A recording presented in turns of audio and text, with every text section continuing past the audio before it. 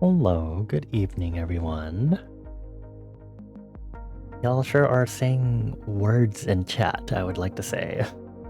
Hi Mika, thank you for being first. Hi Moth King, hi White, hi Citrona. Thank you everyone for getting your stamps also. Happy Monday. Big stretch. Yes, I can see that y'all are quite stamp maxing. Citrona's at 227 stamps already, that's scary. Anyway, I hope y'all are doing well. I hope y'all have had a good weekend. I know I literally streamed twice over the past 2 days. Which is really funny because then I streamed tomorrow, so then that would make like, what, four streaming days in a row. Unintentional. Thank you very much. Anyway, I hope you all are doing well. Again, I know I keep saying that. This week, we're halfway through February already. I have a lot to do because I have deadlines coming up and I'm like, ooh, I should really work on stuff.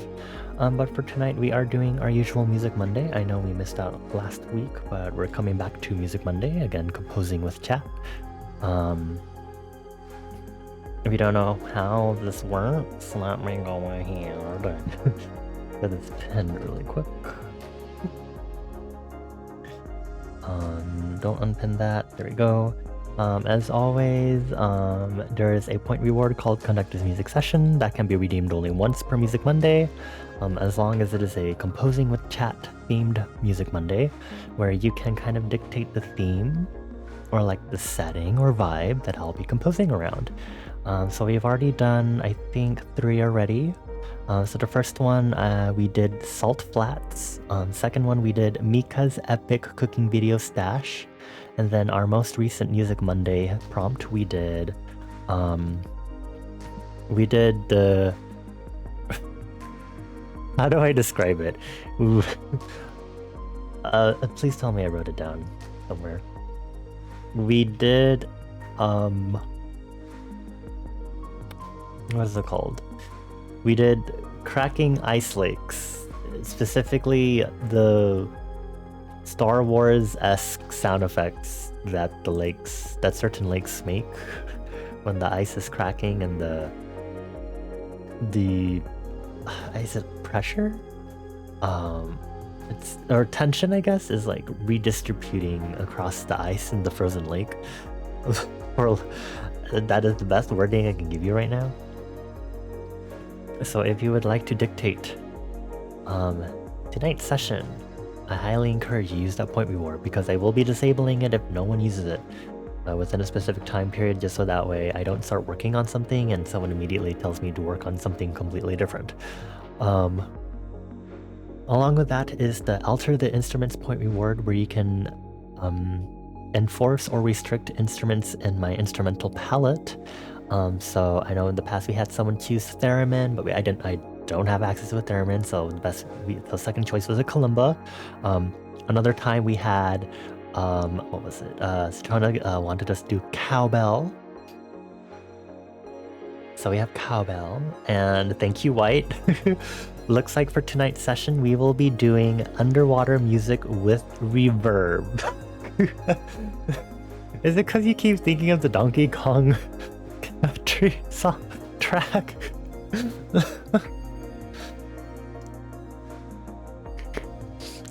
I guess that will be the one that we are going with. Give me a moment, folks. Doing some data collection also. Okay. Let's see here. I'm trying to get one of my workings with the chat box is updating the icons, because I have point reward icons show up whenever you're submitting a message, but specifically for redeeming a point reward, but I don't have all of the IDs for all of my point rewards. So some of the point rewards show up with the default dark matter icon in my chat box widget, and I'm like, I should probably get around to recording the point rewards now, so I can probably change their icons.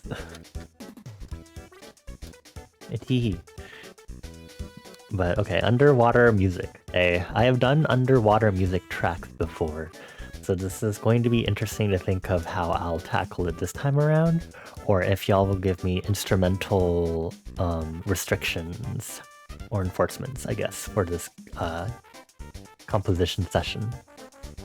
So that'll be fun. I guess before we start, let's catch up. So yesterday I threw up. I was telling a bunch of people about it. I was like, wow, shitty ass start to my evening after supper. I was chilling at my PC, and then I suddenly was like feeling an itch in the back of my throat, and you know, I'm like, okay, I'm going to start coughing. And then, unfortunately, I was coughing so hard that my body was like, coughing? Are you bat something foreign in back of throat? Time to throw up to fix the problem. And I was like, oh no. So I tried to stop it. I was unable to stop the process, so I ended up throwing up.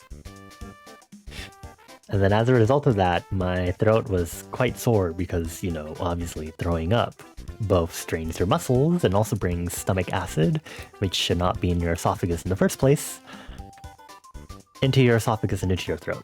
So now I was like, okay, my throat hurts more now. I hope my body's happy that it was going to throw up to deal with the itch in the back of my throat. It's very nice of you. So great. But then my mother was like, here, let's do some topical analgesic, like similar to Vapor Rub, basically. And then I had a cough drop to help soothe my throat, so I was basically fine within the next few hours. So that was, I don't recommend that ever as an experience, ever. Other than that, today's been pretty chill. I'm spending some time consolidating my brand, and that's just mostly me just reassessing where I am with stuff and figuring out where the core identity and values of my brand sit. There aren't like any major changes as I'm tackling stuff right now. Right now I'm just kind of I'm reevaluating what my core values are, and I'm trying to find like the most accurate words that I want to use. That's a bit of effort because I'm very picky, because I'm trying to limit it to only 4 words, and I'm just like, what are the best words I can use here? Trying to figure out the best combination of words. Sorry for the yawns, I cover both art and music. Although I also have to keep in mind that to some extent some visual branding will differ across the different creative endeavors, but for the most part, this is going to be a fun, lengthy project to just kind of reassess things where I want to sit creatively, because I've thought about it over the past year or two of where I definitely want to be, with my brand.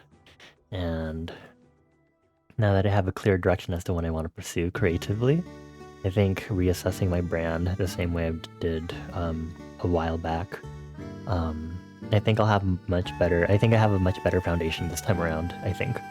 We'll see how that goes. No, 4 words in regards to what my core values are as a creative. I'm still narrowing it down.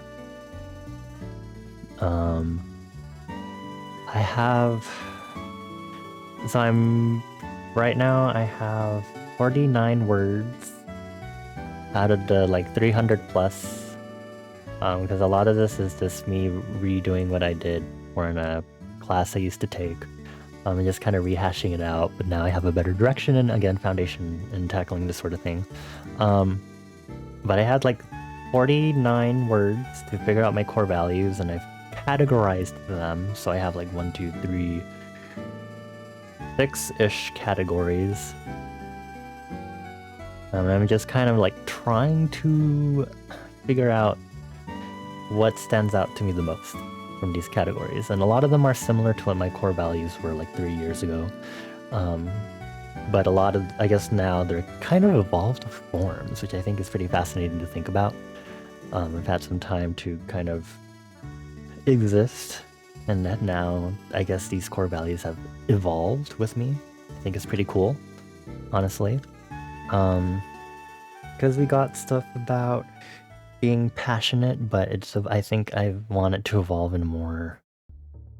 It seems like it's evolved into a more aggressive, rebellious manner. There's another thing about community, which I think is pretty similar.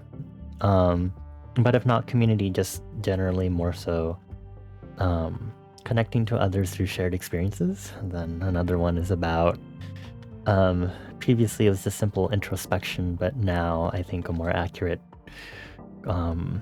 description of one of my core values is involving transcendence is the word I picked out, because I really liked the way that sounded in regards to moving far beyond the limits of this mortal plane. Realizing our worth beyond the shackles of societal notions and stuff like that, I guess is kind of what I'm going for, like transcending expectations for this or that, and kind of, I guess, going along with the general direction of doing what I want and pursuing even the most eccentric, outlandish, weird, oddball stuff for art. I think it's most important. And then this fourth category, I don't know, the last two categories on this were kind of new as I was trying to figure out my core values, and that was this category first. This out of the two additional categories that popped up, one of them was kind of about like elegance. Like it's a combination of elegance but also sensuality and sexuality, which I found interesting. And then the other category I think was just an extension of the whole weirdness thing. So I'm still trying to figure out these core values and what stands out best to me. But I guess it would help if I look at again as kind of an evolution of what my core values were 3 years ago, because again, a lot of them are really similar, just evolved forms, and I think maybe that'll help me. But I just need to take some time to kind of let it sit in, just like, oh, I guess just for now, I guess right now my consensus is, oh, my core values have evolved. I just have to figure out how I feel about that. Not in like a bad way, but just kind of like sit with the revelation and just kind of be like, oh, cool. I like how my automod still freaked out about that. I'm sorry, White. Also, hi Acer. Hello, it's Music Mondays indeed. It's really funny because I was doing a lot of admin stuff today, over the weekend too, just doing some VOD updating and stuff.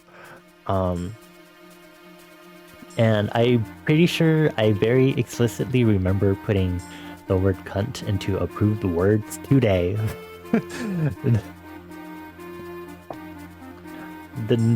No. Not that. It really does not like people using the cuntily listening emote. Maybe I just need to put the entire cuntily listening emote into the allowed words. So let me do that right now, I guess, since we're still here chatting. Anyway, this brand reassessment project is going to take a hot bit. Ow. Because since I'm just basically going through all the material that I used to go through back in the class I am taking this from, you know, it's a whole semester's worth of material and stuff, so I'm going to be going through a lot, and if I'm trying to do it almost exactly as such, then it's going to take a bit of time.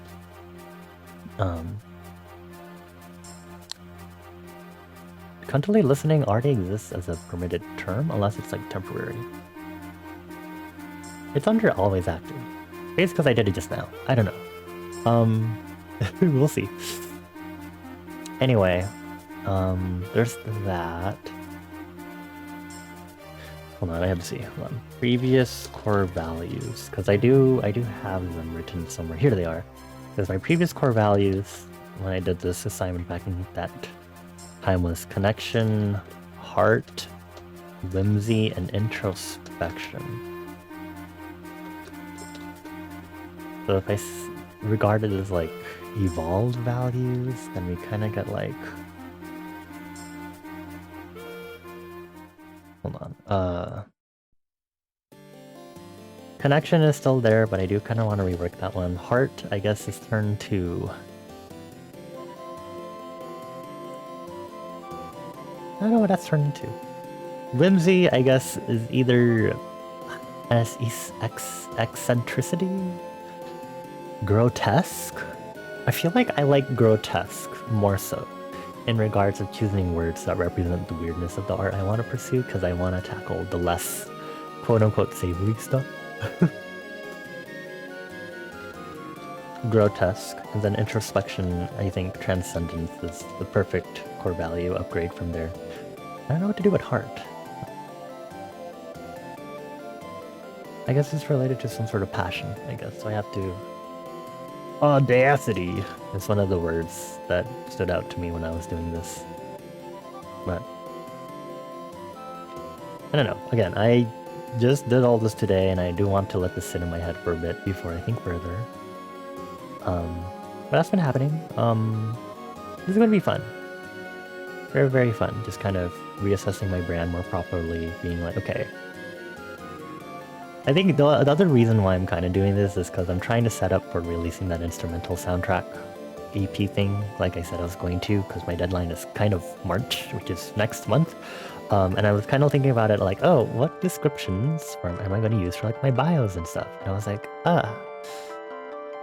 I think I need to do a brand reassessment to figure out how this works for music, because I feel like art and music are slightly different. They're partially cohesive, but they have some differences, and I want to take some time to kind of hash those out. Yeah. I also at least finally made my Bandcamp account, and I refreshed my SoundCloud a little bit, but I still have a bit to go. But the work is working. It's happening. I'm taking steps at a time, a few steps at a time, and soon music will be released. I think one of the other steps I have to do is rework my card portfolio. And that's a whole other monster. Anyway, yeah, so a lot of introspection for me before I can transcend my previous forms and move on to my next stage as being a creative, basically. Let's get down to Music Monday. I know Acer asked about who our conductor was for the evening, so White was the one who redeemed our the Conduct the Music session point we were for tonight. We are doing underwater music with reverb. I have done a few tracks before in the past of like underwater themed music, so this will be pretty fun because there are a lot of directions you could take with this. You could take a very ambient, calm, almost like feeling yourself lost in the ebb and flow of the ocean of the water, a la Donkey Kong Country, or you can get something that's like almost waltz, like whimsical, like you get in this original Super Mario Brothers series and other Super Mario games. You could also do literally nothing and just have blub blub sounds.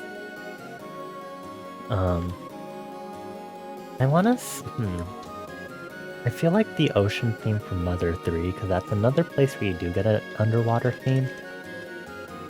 I feel like it's a bit whimsical, but it also has that chill vibe that you get from Donkey Kong Country. Can I get the ocean theme, please? I don't know if it's Beachcomber.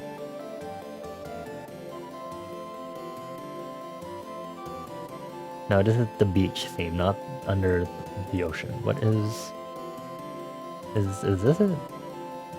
No, that's literally the hot spring thing. Okay, hold on, folks. Let's listen to some of the music together, I guess.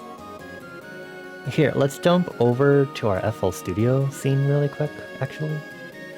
We'll stay on here, obviously, but let me go ahead and stay here, and then we can go ahead and listen to some of the tracks together. So I'll do this. So we can go ahead and listen to some music together to kind of see how games do underwater things, basically. That's what we're gonna do. I just have to figure out which one of these is correcto.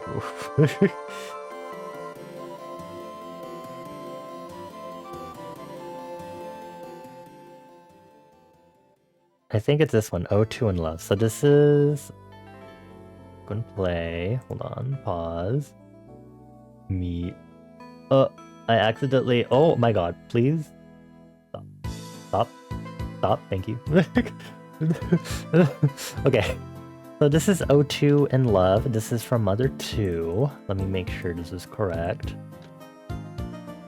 Yes, it is. So I'll also link the track in chat. So this is in late game chapters in Mother 3.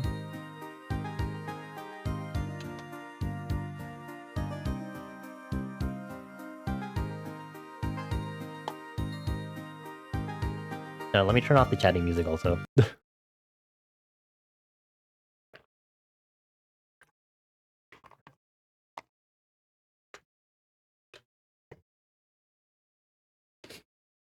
But this one's relatively simple. We're just going back and forth between two chords really. There's not too much happening. Um, Otherwise sonically you're getting a bunch of interesting sound effects that you also hear throughout the Mother 3 soundtrack. You're hearing a lot of the wibble wobbles. I keep hearing the wibble wobbles in the background and I'm like, wow.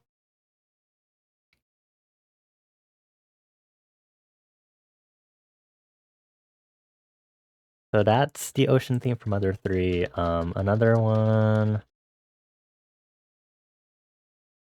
Apparently it's literally called aquatic ambience. I didn't realize it was actually called that. Okay. I think a lot of people will recognize this track. This is Aquatic Ambience from Donkey Kong Country, and I think this one has some similarities to the O2 in Love theme.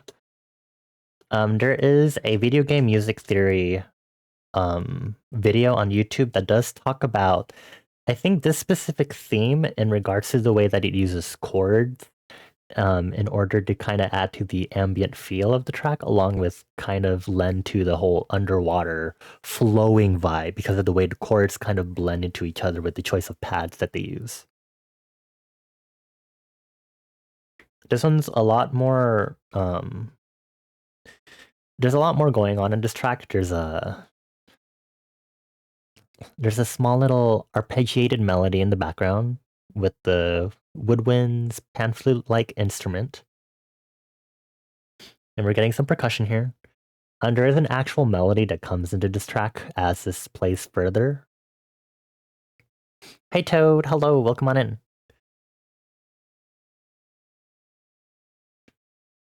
So you can see sonically or I guess in regards to the instrumental palette, there's a lot more that is in this track compared to the Mother 3 track we just heard.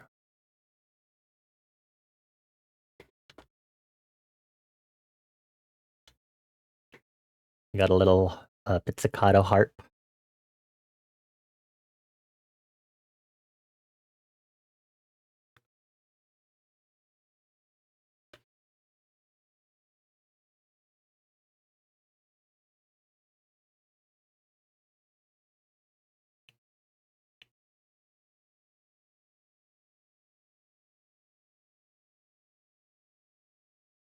Okay. Let's listen to something else that's pretty water themed. So I'm gonna pull out a Super Mario 64 track. And we're gonna listen to Dire Dire Docks from Super Mario 64.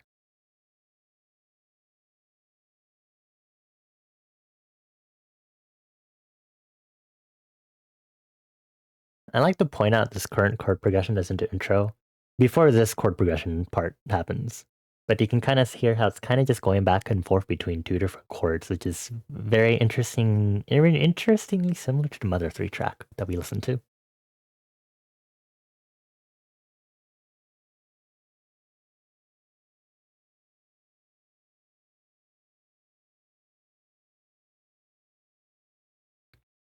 There's some other instruments that come in later. There's like the drums that come in later, but this track is mainly relying on this electric keyboard sound with a lot of release on the volume envelope. So instead of very sharp sounds, you get these like very, it's not like reverb necessarily, but these notes that that feel like they have a reverb, but it's just a note kind of fading out. We have a bit of string pads in the background.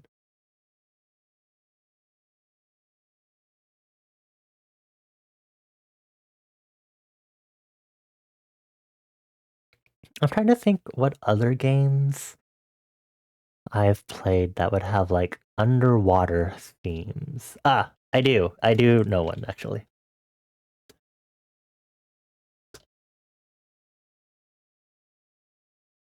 Oh, but first, the drums come in.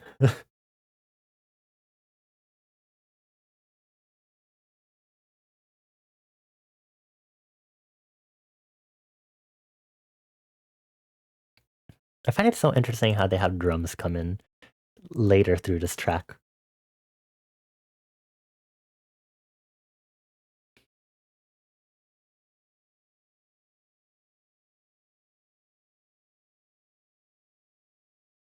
Okay, ride cymbal. Okay, sorry I did not finish it, but we we got stuff to listen to. Let's see what this one sounds like. I haven't heard this track in a while. So this is the underwater track. What do you mean my own message failed to send? Thank you. This is the underwater track from Legend of Zelda Spirit Tracks. It is in like the second half of the game, I would say. I think this track is one thing it shares sonically with Super Mario 64's Dire Docks is the sparse instrumentation. It's pretty sparse.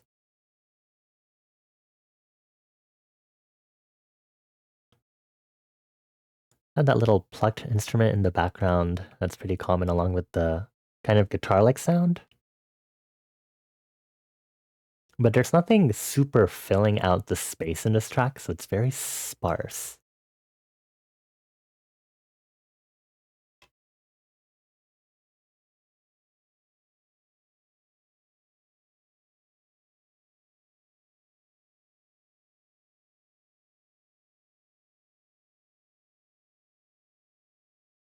So there's a lot of simple chords or chords that blend together, some sparse instrumentation.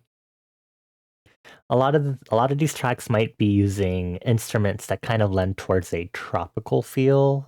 You get that a lot, especially in the Mario games. Um, Especially because there's like a lot of beach themed areas and a lot of the Mario games you'll play, and regardless of what series it is. We got pan flute like instruments, we got some guitar. I think another one I want to listen to is I believe Mario and Luigi Superstar Saga has the part where you're under the ocean too, but I don't remember what track it would be. So we're going to look, and I'm gonna hope I can find it. This one is called CCC. Is this correct?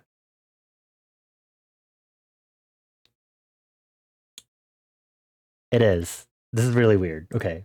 This is a waltz. This is 34.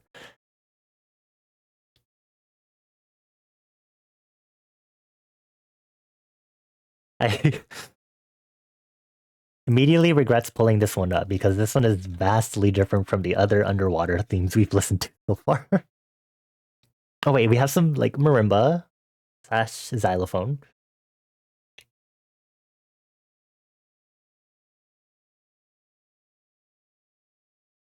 The accordion is a very interesting choice, especially with this waltz and like minor scale.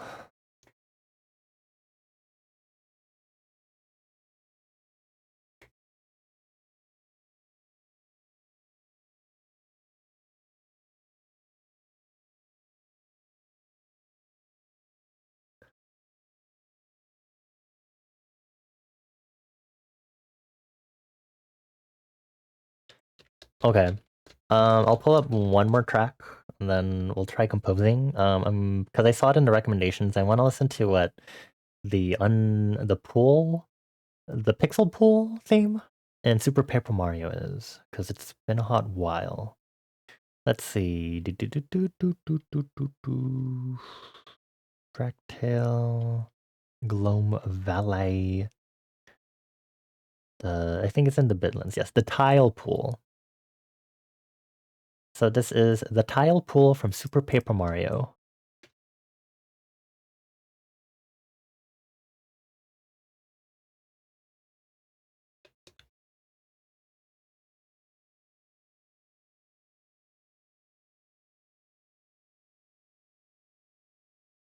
Is this in 3/4?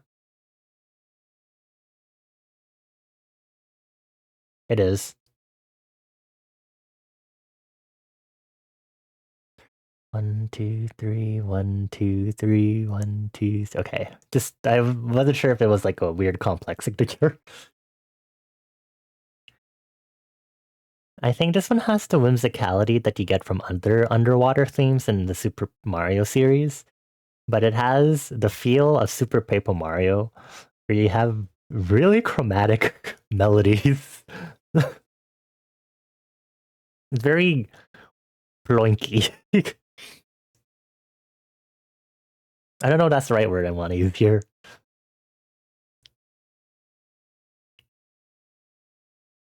It's very whimsical and what is happening? Why am I being rated right now? Why is Benny rating me? Hi, Benny. Why art thou rating me? Why? Hi, everyone. Hi, Benny. Hi, VOD Command. Hi, Windy Crows. Benny, I don't play Arknights. Hi, Mika. uh,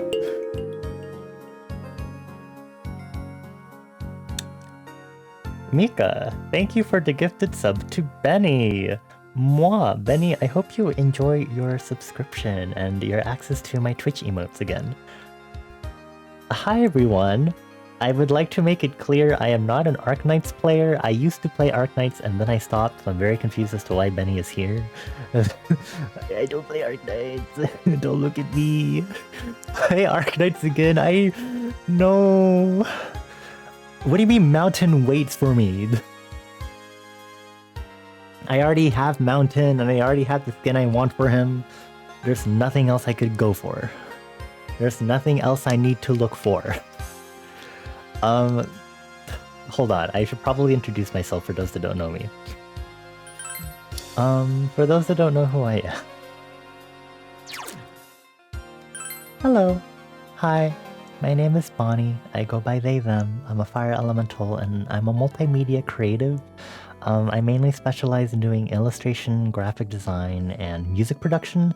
And I do a lot of other things like programming. Like a lot of the things you'll see on my stream are things I programmed myself using HTML, CSS, JavaScript, and a JavaScript library that allows you to interface with Twitch chat. But I think a lot of people mostly know me for doing like illustration and a little bit of music. So I do mostly character art. So for example, we have here an illustration sketch that I did of Mika for a charity stream that I did last year. There are a few other peeps here who are either characters from webcomics or video games, or they're VTubers also, or OCs and Sonas. Yeah. I love drawing and suffering from drawing. I also have my own OCs. So I have my own personal OC brain rot also.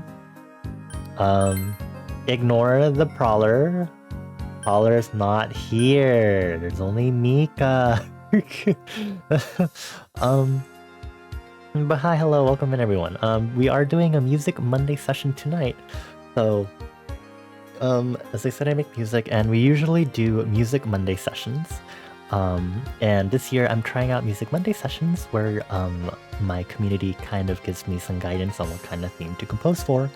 So we're currently doing kind of a research study section because I feel the need to talk about it. Also, welcome on in, Furio133. I like how that emote showed earlier for me and then immediately stopped working for me as soon as I scrolled back up to look at that.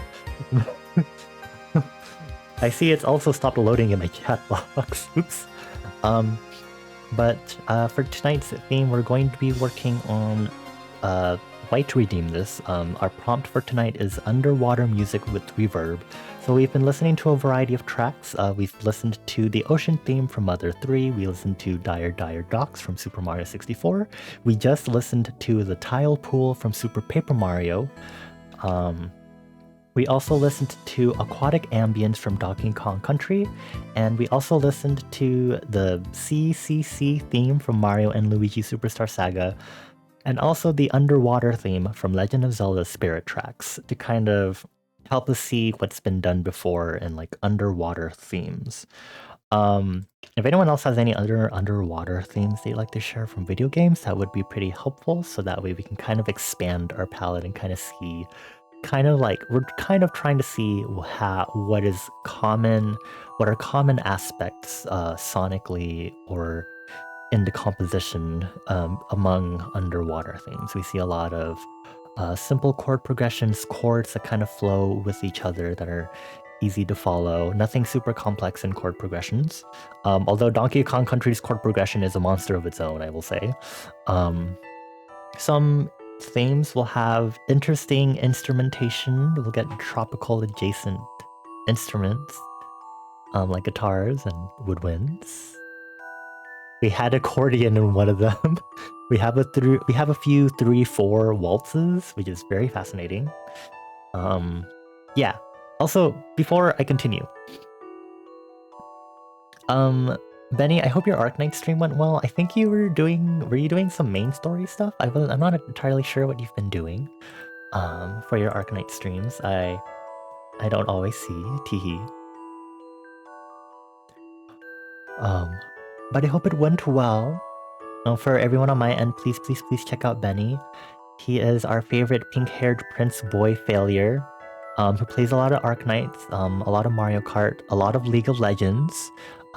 He's such a fan of League of Legends. He loves playing League of Legends. I can't wait for his next League of Legends stream because he just doesn't stream it so often because, you know, he doesn't, you know, he saves it as like a nice little treat for himself because, you know, when he thinks he's been such a good boy.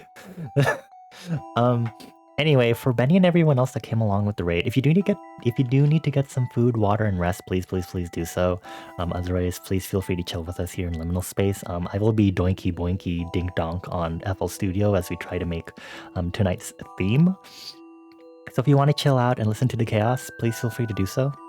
Otherwise, if you need to lurk or you want to step out, absolutely no pressure for you to stay. Have a good Monday/Tuesday. I appreciate you all.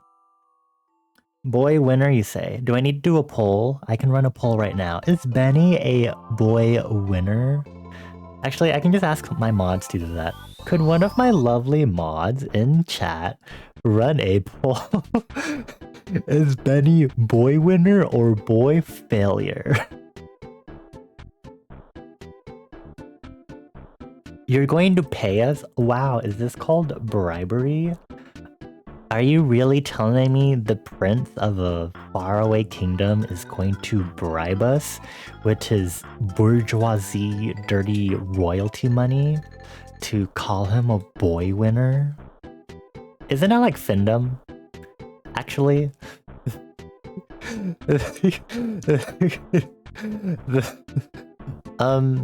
I just had a revelation. Benny, are you into Findom? Sorry. This has turned into a bully Benny section of stream. Anyway, it should specifically be underwater, but if it happens to be like tropical area and there are underwater parts that the theme also plays in, I think that would be acceptable because we're just trying to hear specifically the themes that video games have when it comes to exploring an underwater portion of the game. I feel like Breath of Fire, I don't remember if 1 or 2. I think Breath of Fire, you go like underwater or something. I could be wrong. Breath of Fire OST. He cleared the stage today, he's the winner. I guess if Furio says that, I guess you're a boy winner for the time. The Onion. The lake from Pokemon Diamond Pearl. Okay. That works too. We can take some just general water things also. Let me see if I can find this Breath of Fire ocean one first. Breath of Fire from Super Nintendo. This is ocean theme. Wow, I love how this is 14 years ago and only has like 500 to 600 views. Okay. I like how there are 2 votes for Onion. Okay, so let's listen to the ocean theme from the first Breath of Fire.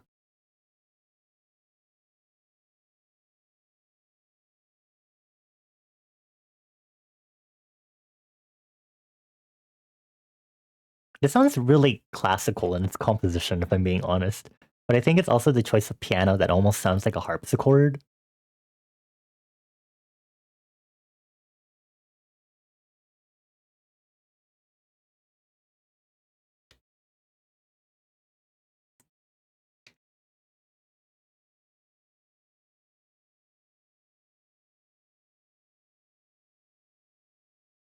This might be for something particular in the game.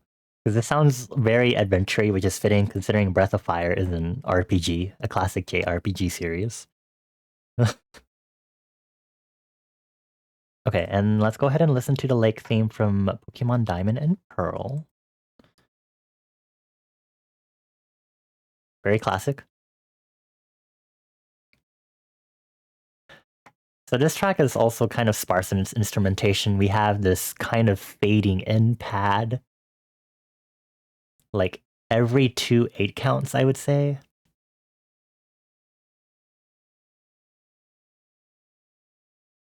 The chord progression is also very simple, at least for these verses, until it gets into like, I guess you could call it a bridge.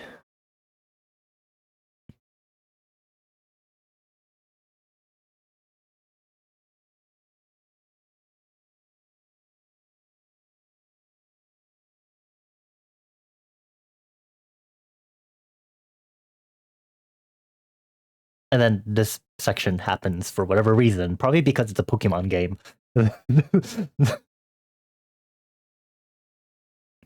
It's here to remind you, this is an adventure Pokemon game. We are here to adventure and beat up a Pokemon to catch it. But we're also at a lake, so let's calm down. We're back to calm lake vibes.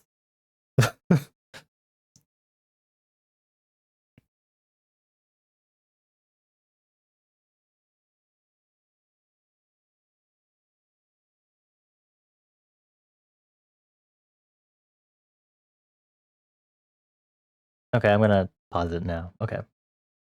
So we have a bunch of water themed, underwater themed stuff reference wise. So that helps us a lot kind of think about how I want to structure this. Again, I've made underwater themes before. So the more, I guess, challenge I have is figuring out how I want to tackle it this time. And also, if anyone here is going to do any sort of instrumental restrictions or enforcements that are going to forcefully change how I would approach this project. Because if you give me an accordion, then I'm going to be like, okay, I guess it's going to sound like Mario and Luigi Superstar Saga French town for underwater theme. Whereas if you're like, ooh, electric keyboard, then I guess it's going to sound like Dire Dire Docks from Super Mario 64. So we're gonna see. It's really interesting because I feel like the last two Music Mondays that weren't Mika's Cooking Stash one were kind of water themed already. In that the first one I did was Salt Flats, which are kind of like very thin lakes as it is. And then the other one was Cracking Ice Lakes. So it's really interesting. So I I can't go with those because the vibes of those might be slightly different than what I'd want to achieve for this. Um, but I think it's kind of interesting that I've tackled mostly water stuff so far with these Music Mondays. Also, hello there, you. Welcome on in. I see Onion has one. Good to know. But also, I feel like onion isn't like the only thing Benny has gone through cooking wise. Wasn't there also like the canned bean incident where you uncanned the beans and was like, this will function the same, uncanned? And then I feel like there's like some other incidents, but like, y'all will have to remind me. I'm sure Mika would have tabs on this sort of thing. I do not have a hurdy-gurdy toad. Thank you for checking with me. I don't think I have access to a hurdy-gurdy right now. Sample-wise, at least. You missed the canned beans, you think? Well, I'm sure our lovely Benny here would absolutely love to talk about his canned beans experience. Now, wouldn't he? Um, I'm gonna pull up the music, our first Music Monday of the year, because this one is the Salt Flat one. This one has some of the vibes I like in regards to water theming. It's not entirely what I'm gonna go for when it comes to making the underwater theme, but I think this one will work pretty well. Also, let me turn on our chatting music so when I'm not working on the music, y'all can listen to some background music in the meantime. But if you haven't heard the first Music Monday track of the year, this is part of it.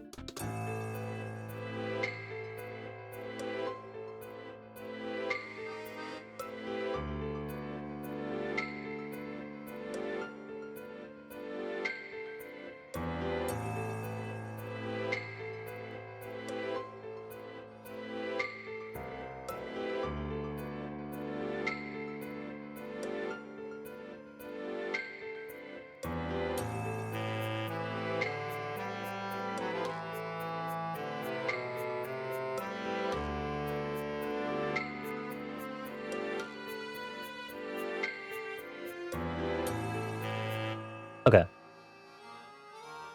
I didn't realize the chord progression is also pretty simple on this. We just matched a lot of the water themes we were looking at.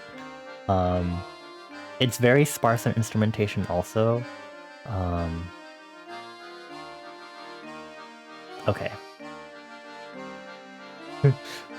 Here is my underwater music. I'm just kidding. No, I have to make a new one, so.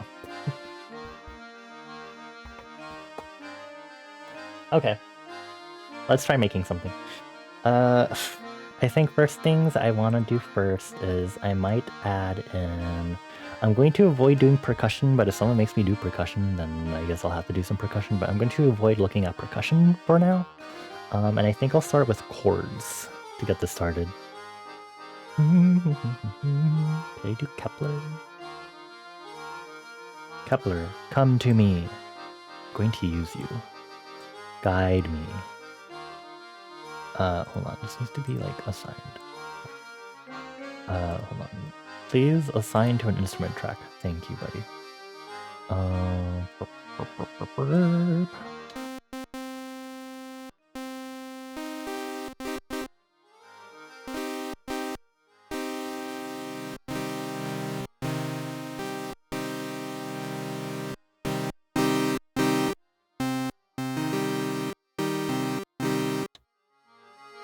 Sure. I should learn more about these plugins. Use tuba. Okay. I will... Okay. Mika said use tuba. Okay. I will make sure to use the tuba in this piece. I'm gonna change this color to the color to this one. I think I used blue for chord, but I could be wrong. So this is a synthesizer. What would be a good icon for this? I'll use the square wave icon because it is... I'm using mainly the squares for this synthesizer more so.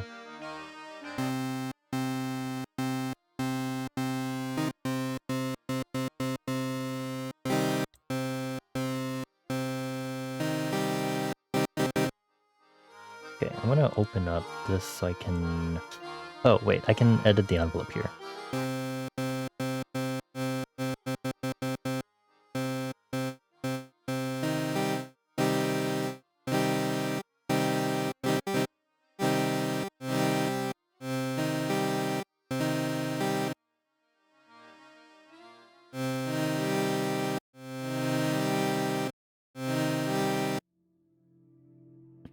Cool.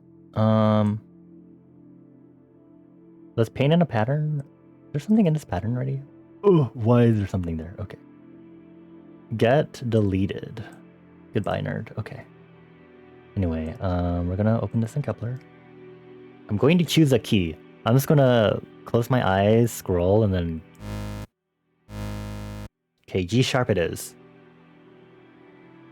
I think a tuba is pretty... What is like the usual octave for a tuba? Tuba!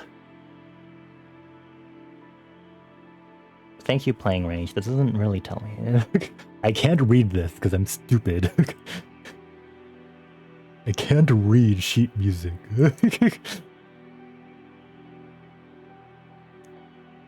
Hold on. Tuba, pitch range. D1 to like F4. Okay. I'm gonna move this up. Okay, G sharp.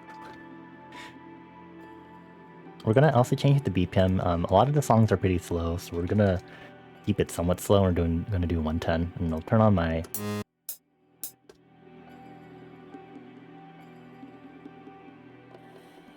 Do I want to do a 7th chord? I always would default to a 7th chord for this, but.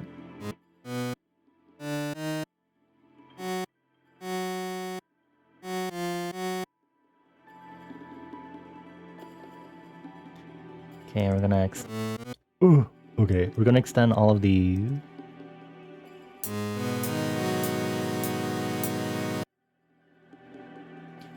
Let's turn up the attack a little more.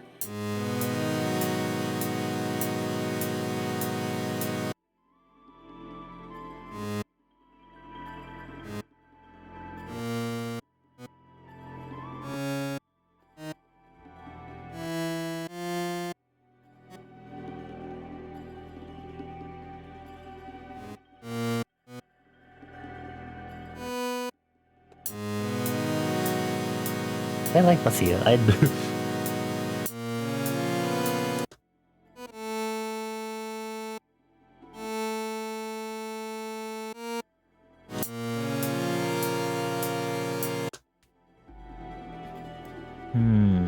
No.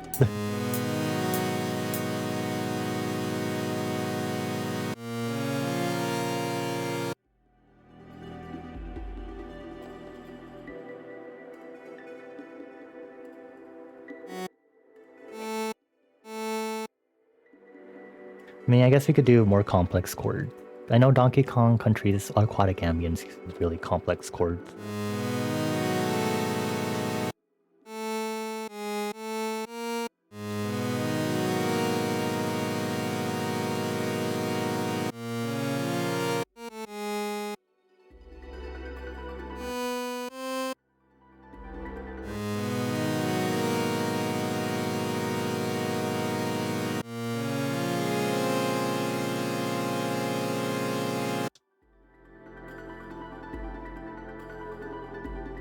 I do like the chords, but I think I will replace the instrument.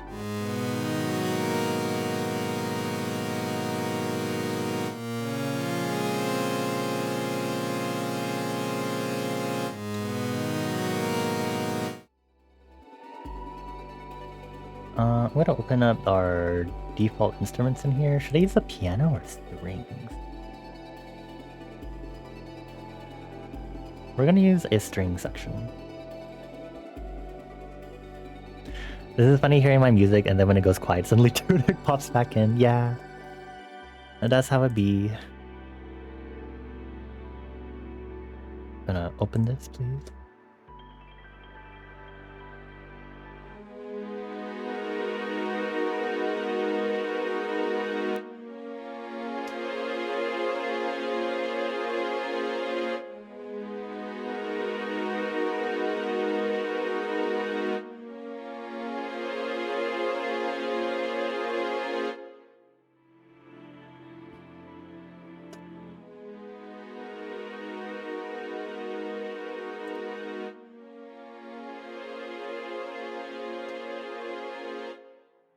How do I make it sound like they're kind of bleeding into each other?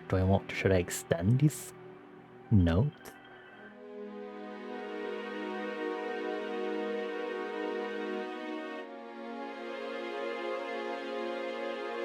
But then I can't really do it here. Unless I go directly into Direct Wave and change the release on them.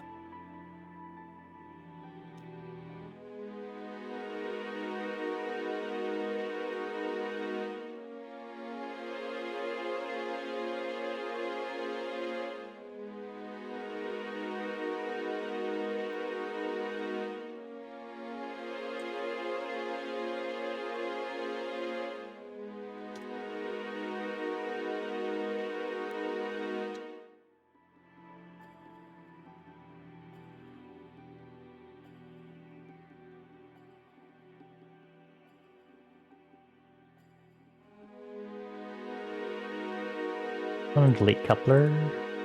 Yes. Delete. Thank you.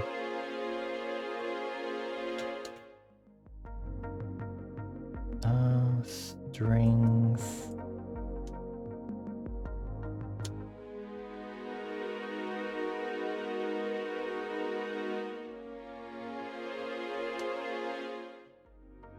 I'm gonna return this to default volume, and I'm gonna change the velocity on these because direct wave actually has slight differences in how they sound based on their velocity, which I noticed when I used the piano samples they have.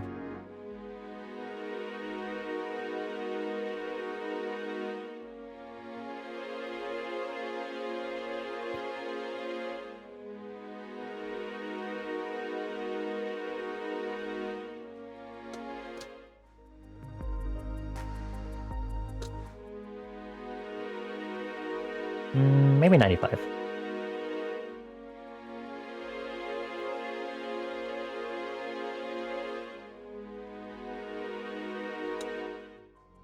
What if I change the order?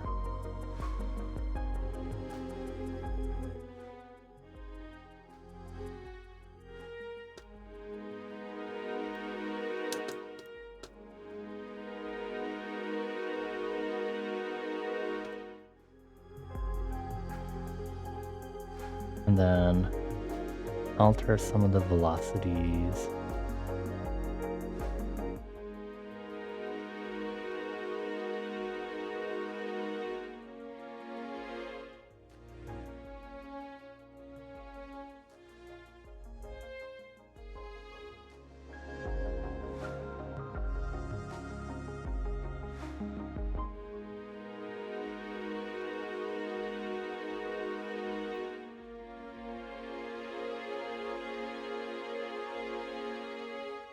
Oh, I have to fix the end of the notes. Oops, teehee.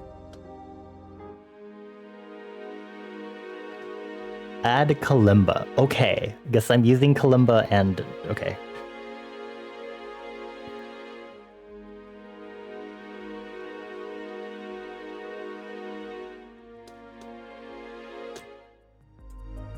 Acer said use kalimba. Kalimba makes another guest appearance apparently. I'm gonna add the kalimba now. I think it's just sampler, and then I'm just gonna grab the usual kalimba sample that I have. Music. Run samples.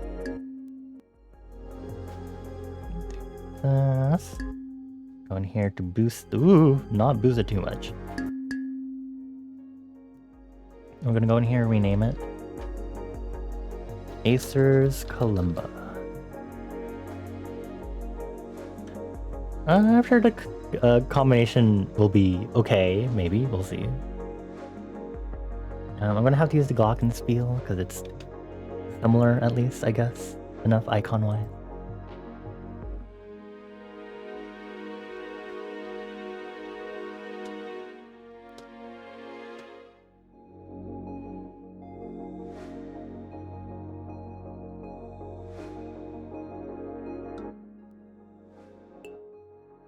Oh, I need to actually have an envelope on this so it doesn't just constantly play.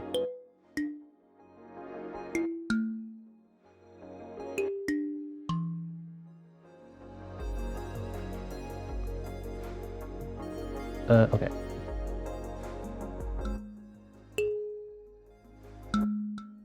Oh, it's such a big note. Okay, hold on.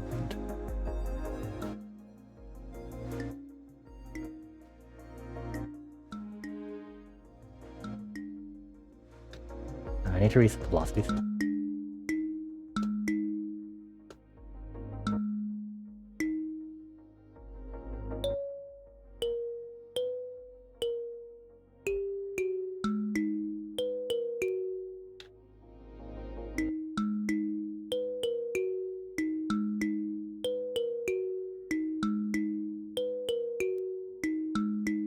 What if I had this?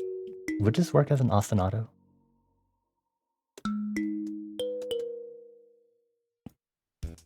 An ostinato, a repeating pattern throughout the entire thing.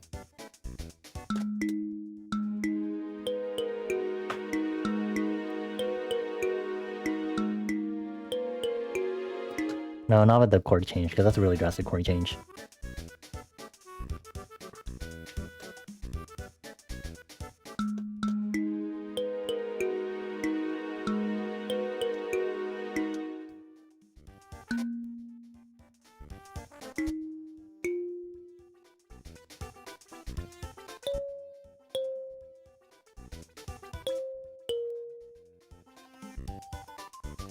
Hold on. I need to make sure this is all in key. I might have accidentally just fully changed the key. The whiplash of the Kirby music in the background. Tee. Hold on.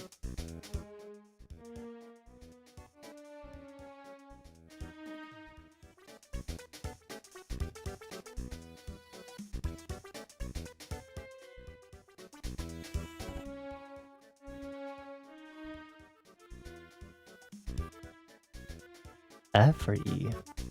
F would be Dorian, E would just be pure minor.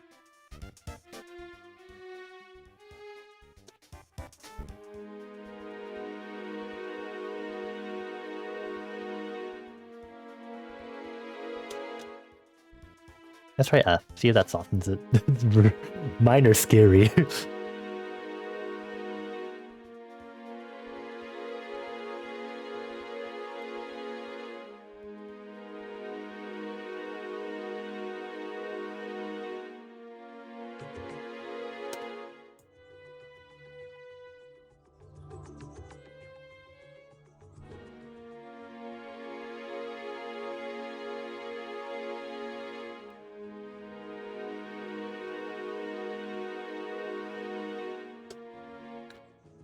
Hi Zao, hello. Happy Monday, welcome on in. Nice to see you again. Ooh.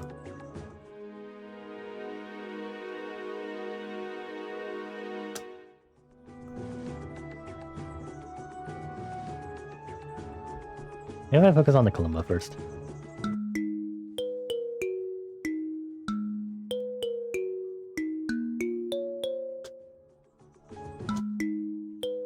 Okay, so since it's supposed to be underwater music with reverb,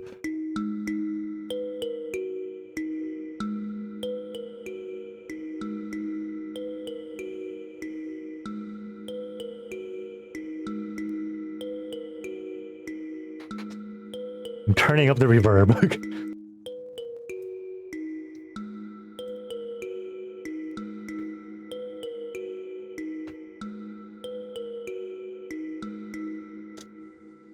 And I'm gonna I'm gonna do this. Let's just hear how this part sounds.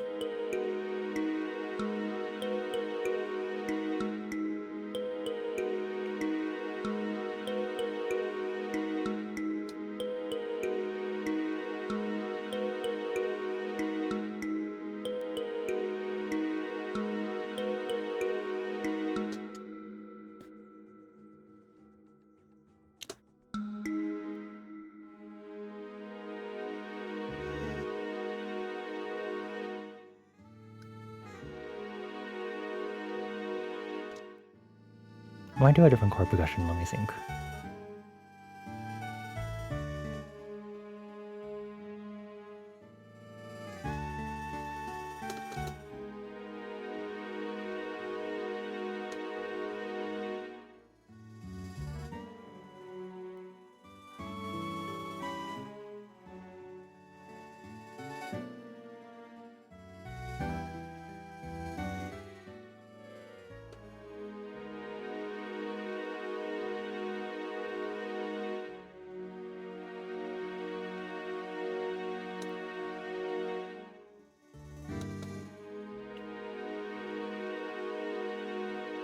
Turn down the attack on this.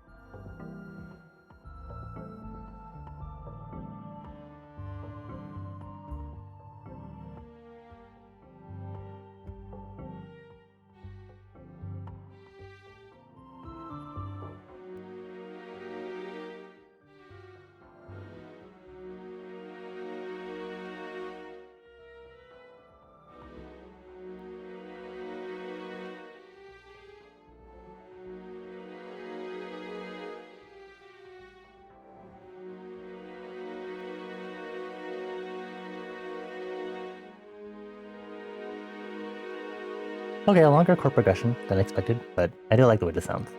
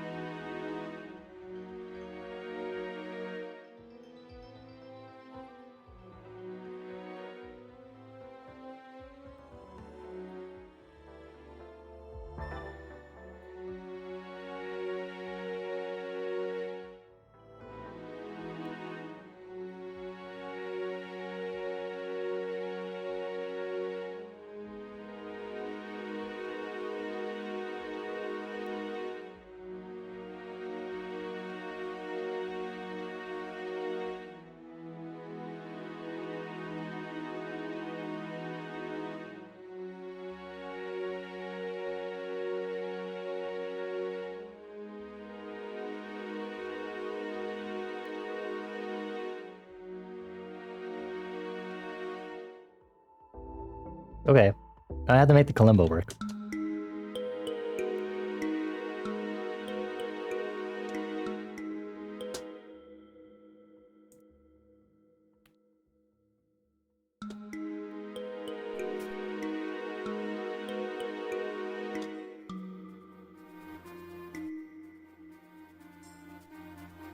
Actually, I think this works if I just shift this down to, I guess, the root of that chord.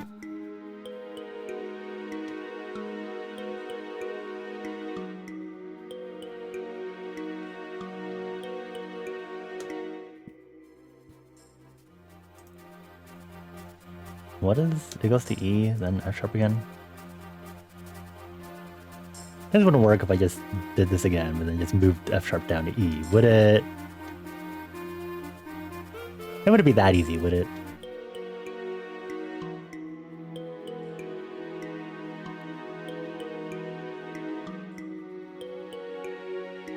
JK. I hee hee.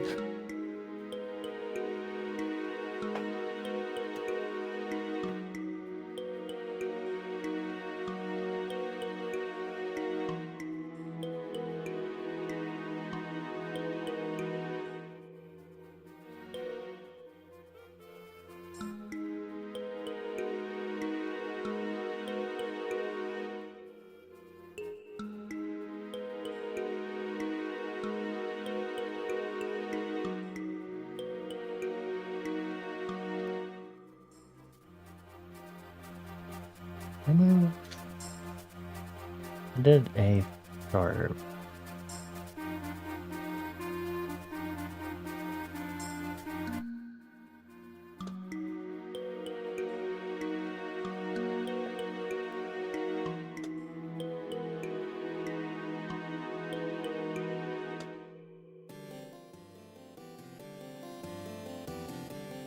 E and G sharp.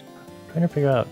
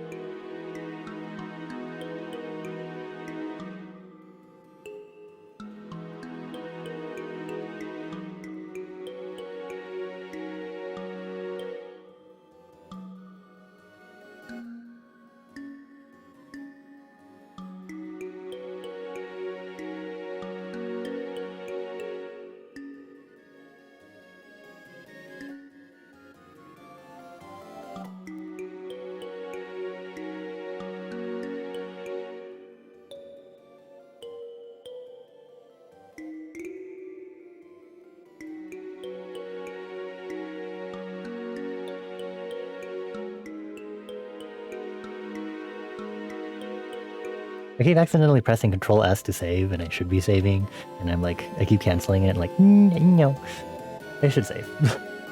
250217 Music Monday.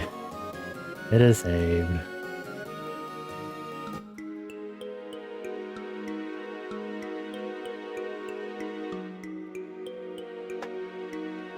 I think the only tuba I have access to would be the Windows default MIDI one, so we're gonna use that. Instrument Sound Font Player. Give me Windows MIDI. Where is it? Music.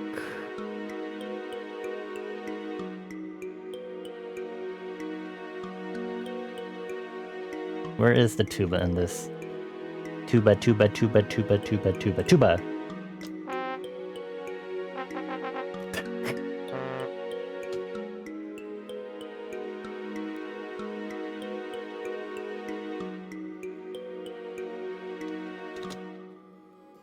Okay, next thing I'm gonna do is I'm gonna spread the kalimba.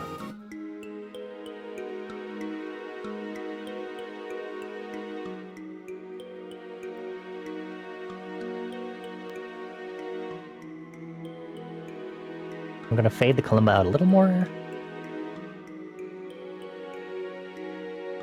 Call this Mika's tuba.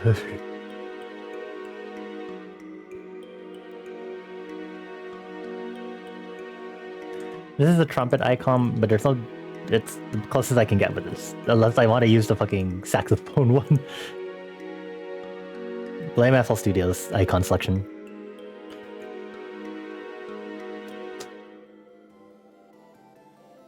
Okay, so we're gonna add reverb right off the bat on this tuba.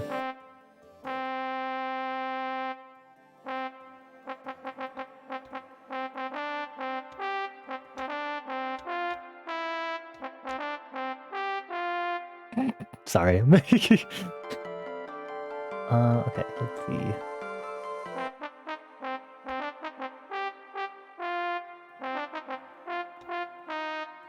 Sorry. I'm not sorry, I can't help it.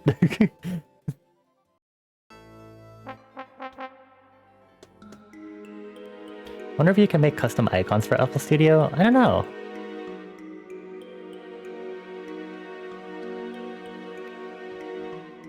Might be something to look into. You were waiting? Okay. I'm sorry I'm predictable.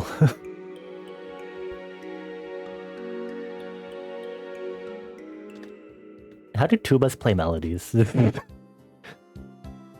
Oh, tuba solo. Hold on, I like to try to be cohesive with how these instruments should sound.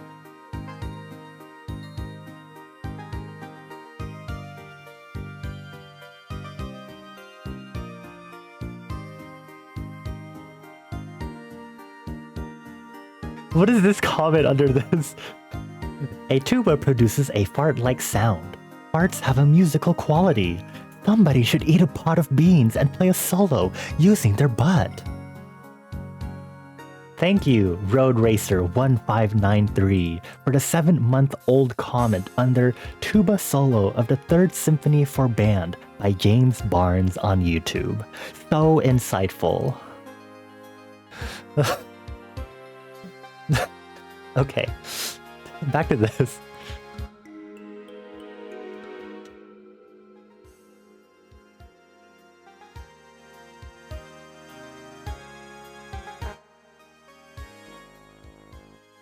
I can't hear part.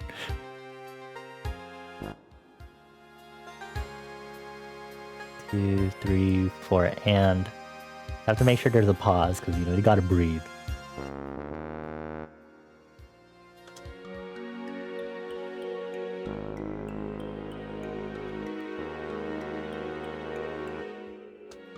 That sounds really good, actually.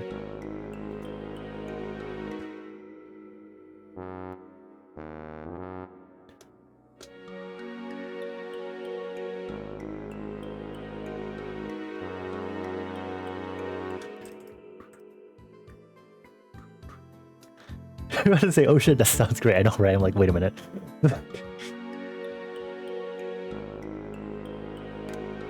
I don't know if I should have it just play a bass line now instead of like an actual lead melody to this.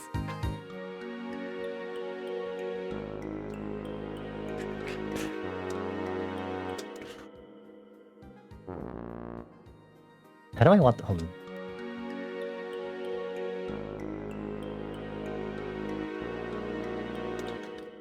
Kalimba melody to a bass line? I guess it could.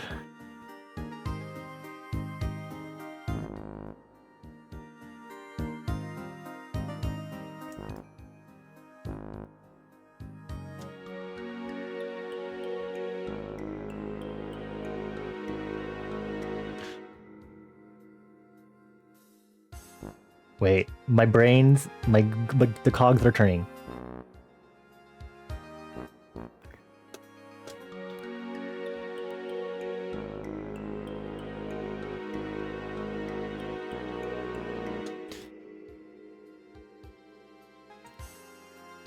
Hold on, it's B in Discord. Yes, it is. I was like, wait a minute.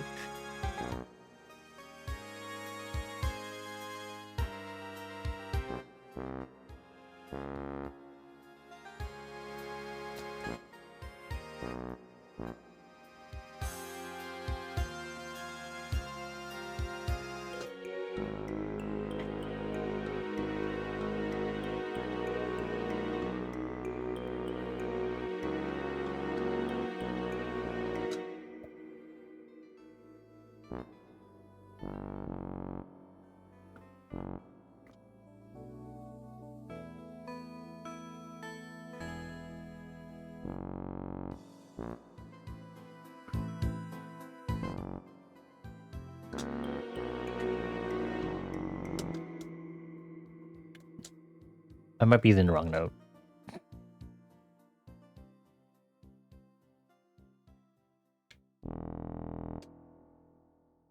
I might need to raise the octaves generally of the song or the track.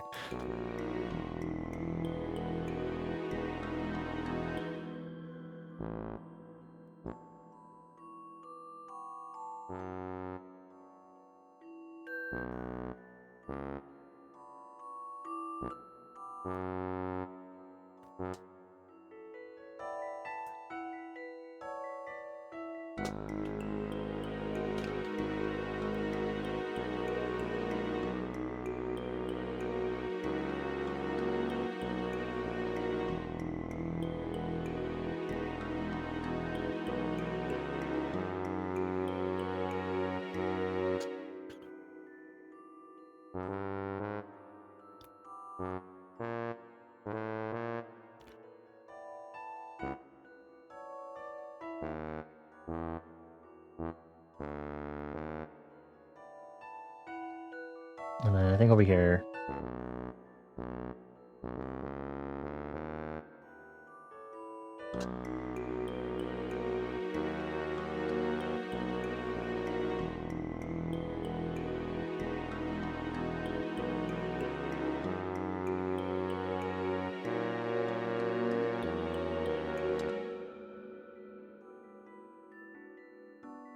Okay, we're just gonna have the tuba.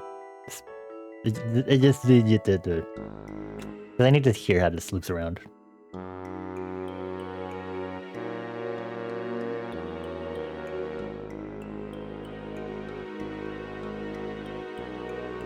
Tuba players working hard tonight.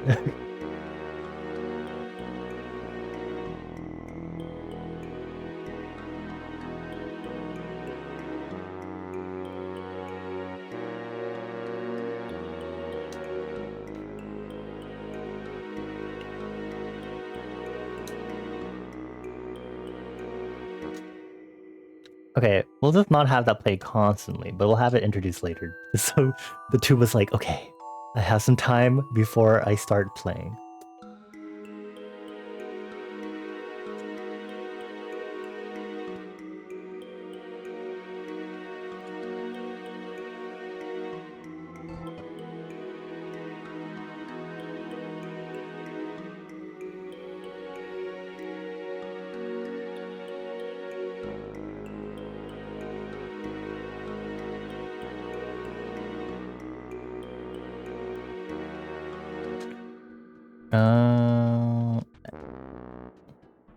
Just personally, I don't like that note change there.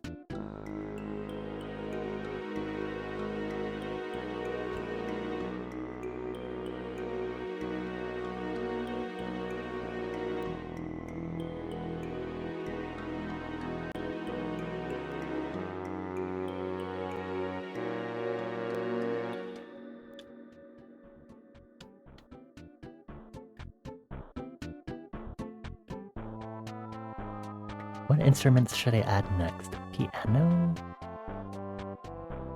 Let's try an electric keyboard. Let's pull a Dire Docks kind of feel, shall we?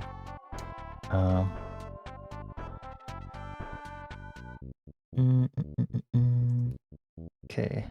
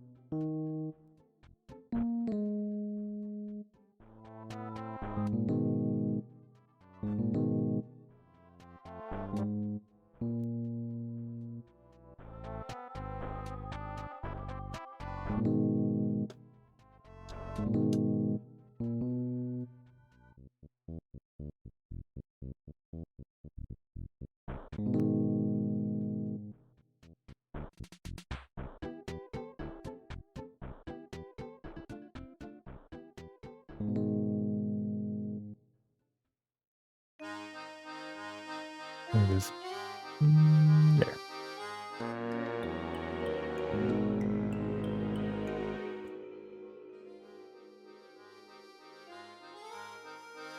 Lower the tuba so the keyboard gets a little more room. Also, let's actually alter the so there's not as much reverb on the tuba. A little more grounded.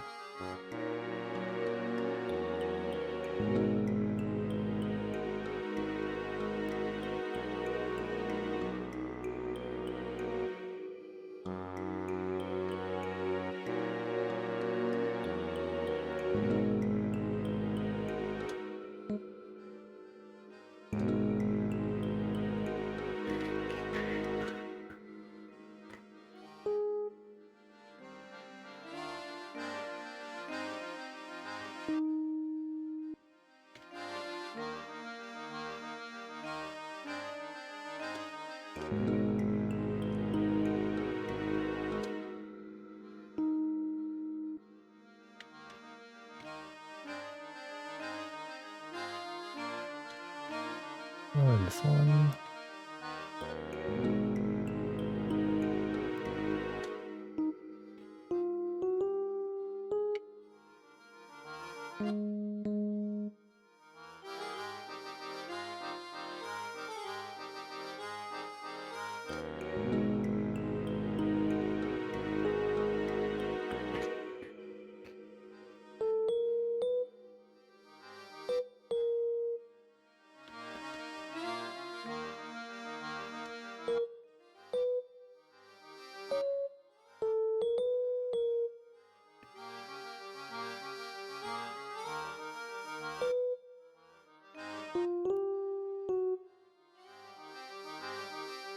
I don't know how that'll sound with the chord progression, but we'll see. You knew I was gonna be able to make the tuba sound good, but you wasn't expecting it to sound this good in a water track. That's why I was always why I was really looking forward to seeing more people interact more with the Music Monday stuff and see how this actually works with people doing this sort of thing, because then I'm like, ooh, time to stretch myself. That sounds really bad out of context, but stretch my mind. Stretch my mind. Because I think that's like always the thing whenever you see tracks and it's like underwater. That's why I wanted us to like go through all those underwater tracks, because they all have different feels. It was really interesting to see how they tackle underwater differently, or just water in general.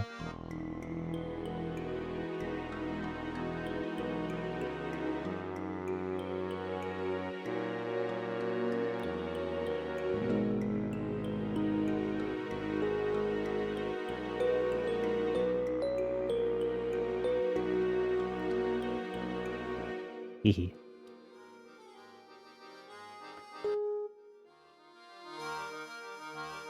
A little more syncopation.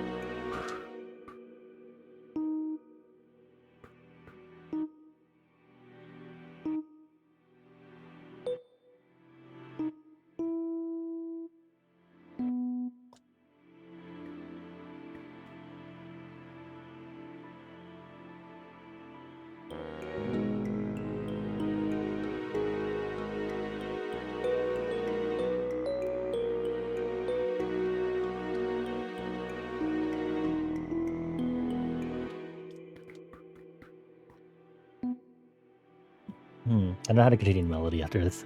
Hold on.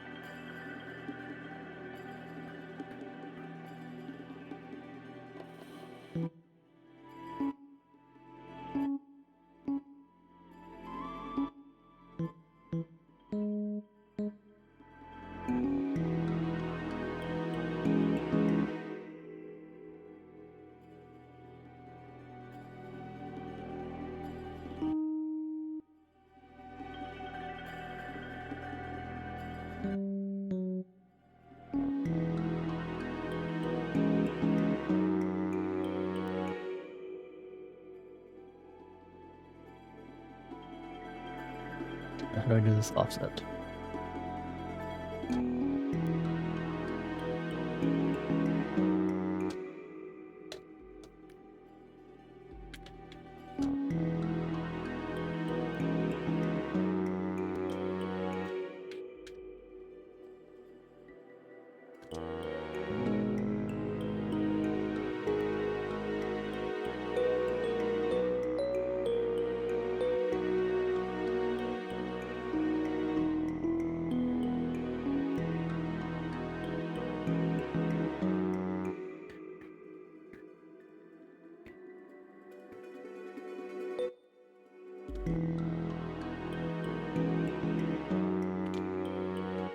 I had something in my head and then I lost it. Ugh.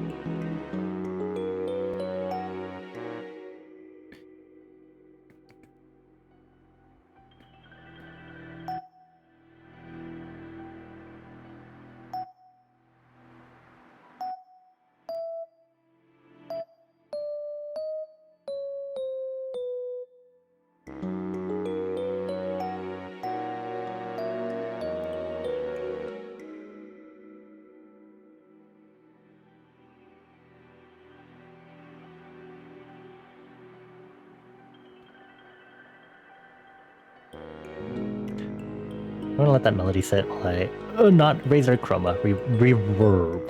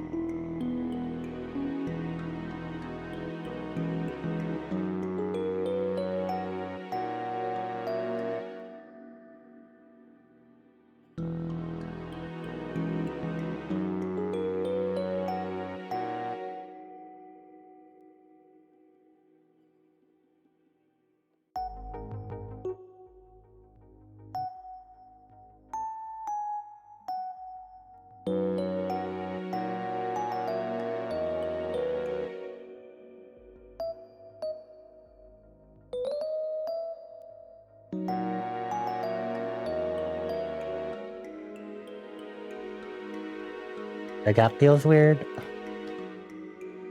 Does it? Oh wait, it's not gonna play that part alone. Also, hi Arcane, hi Pengu.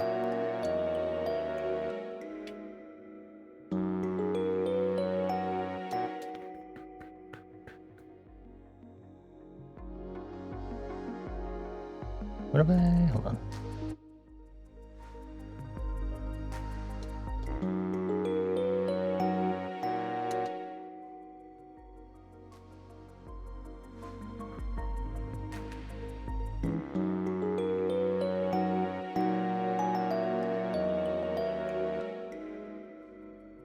It was really hard because it doesn't have anything else on it yet.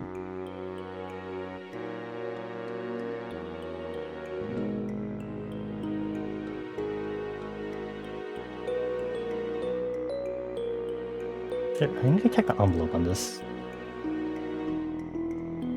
I'm gonna turn up the sustain a little bit.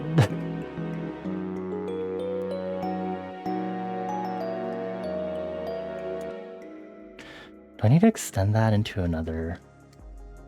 double that length of that section? I don't like the way it resolves so quickly.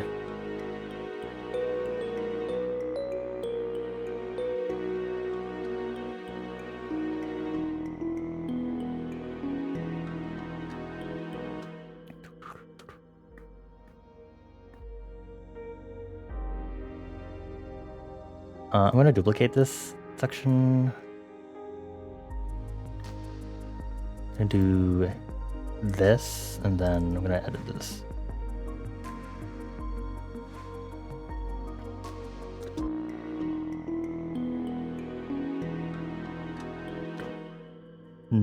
Delete literally all of this for this section.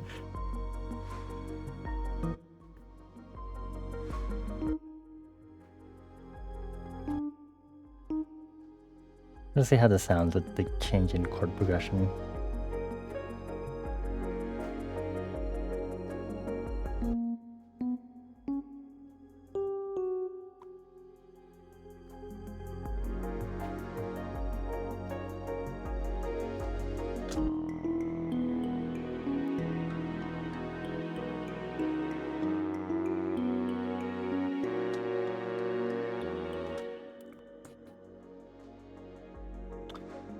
Repeat. This is A, B, A, C-ish in the melody.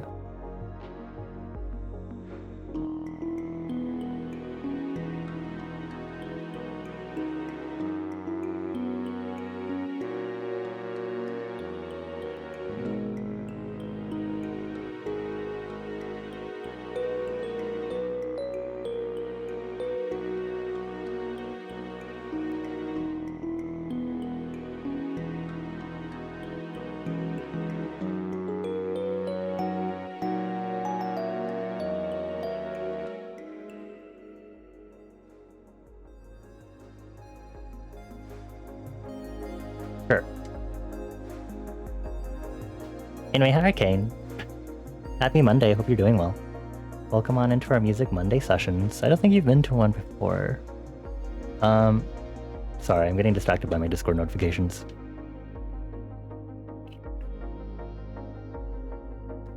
Listen to this so far.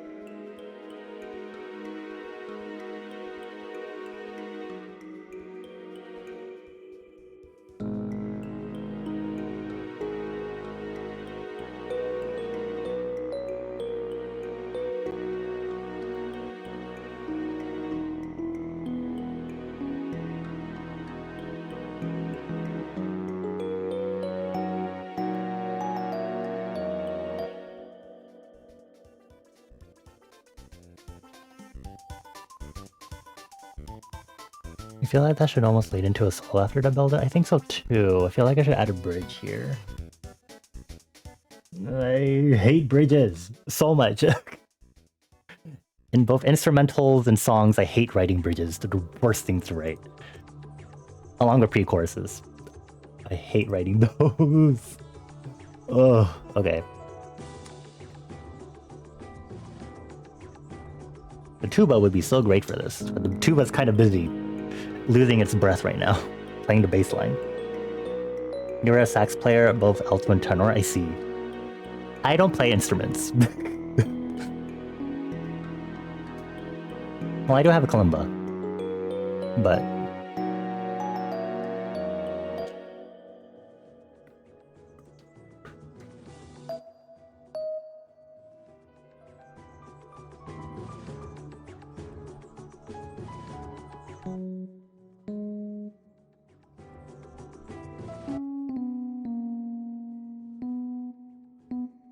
Are these both high velocity?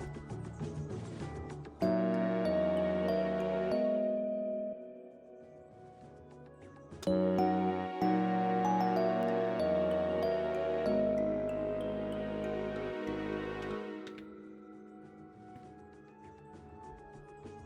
I want to do a chord change here? Chord progression change? I worked so hard to get this chord progression initially already as it is. Piano? No, I'm already using a keyboard. I could dig into the Windows MIDI, which is really funny considering how comfortable that is for me since I used to use Anvil Studio and compose only in MIDI.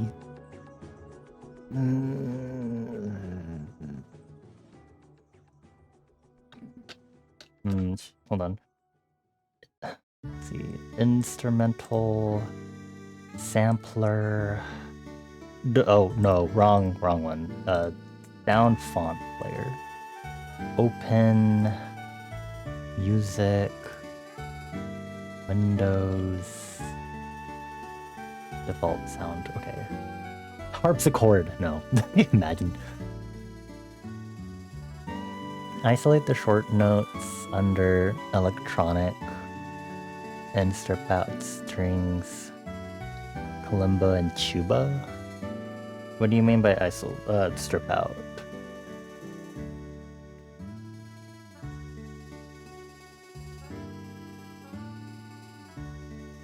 Isolate sections 31, 32, and add it to 34.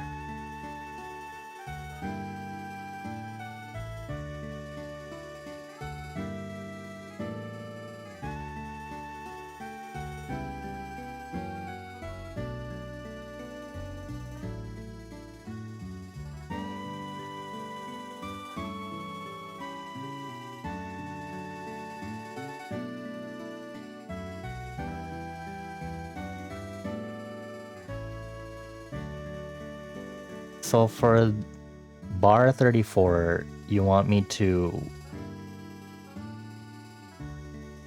Hold on. Make unique. You want me to...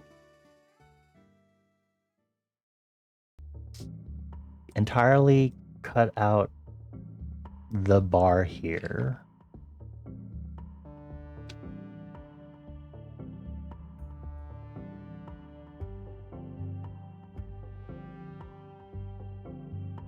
Hello, friend.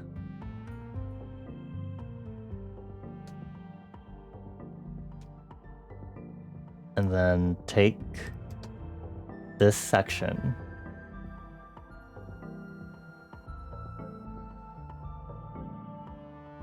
and new pattern right here. Ooh, paste and do that.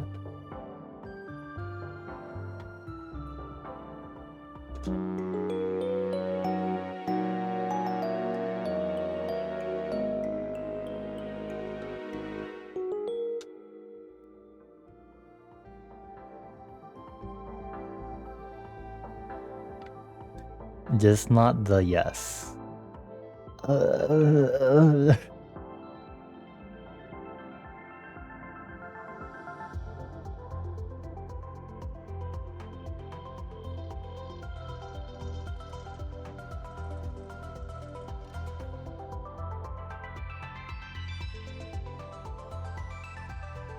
Cut them out after bar 34.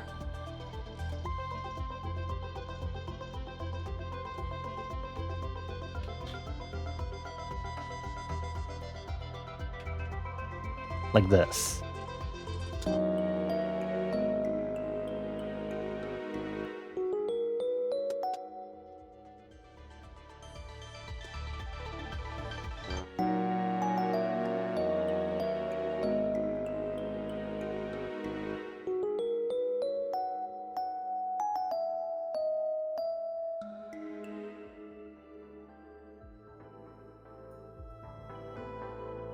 And continue that rhythm to its conclusion. See how that sounds. I have no idea what composition style we're going into right now. If I'm being fully honest, and I'm going to explode.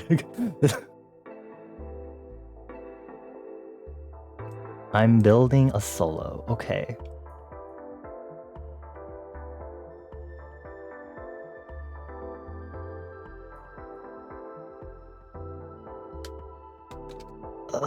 Okay.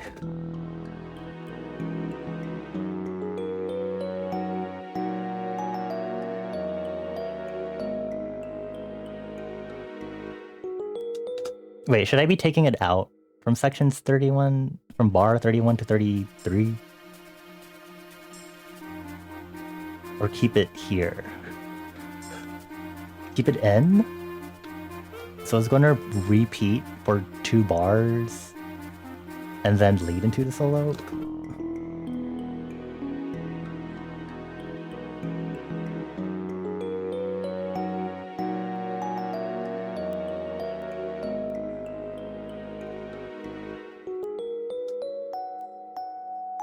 Okay, hold on. I'm going to delete these patterns because then I don't need to make new patterns entirely if I am just cropping these here.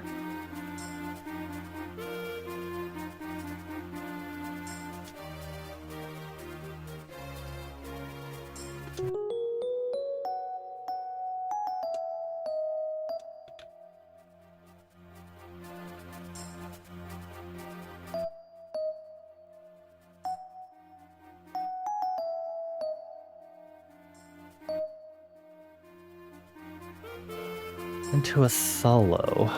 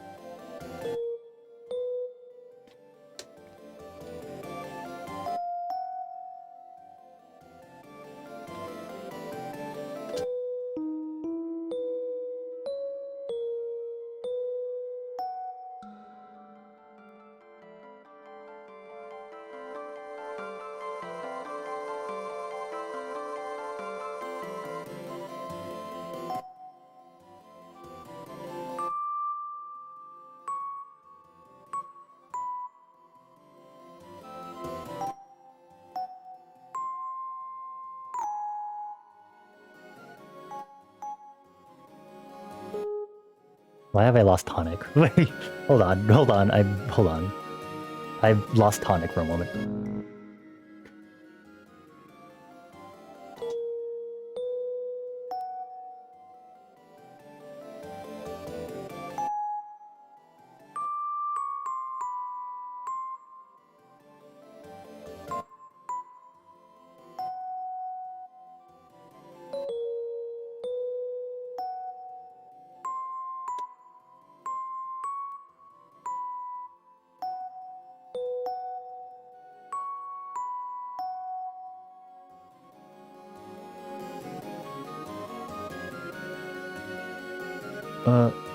Hold on.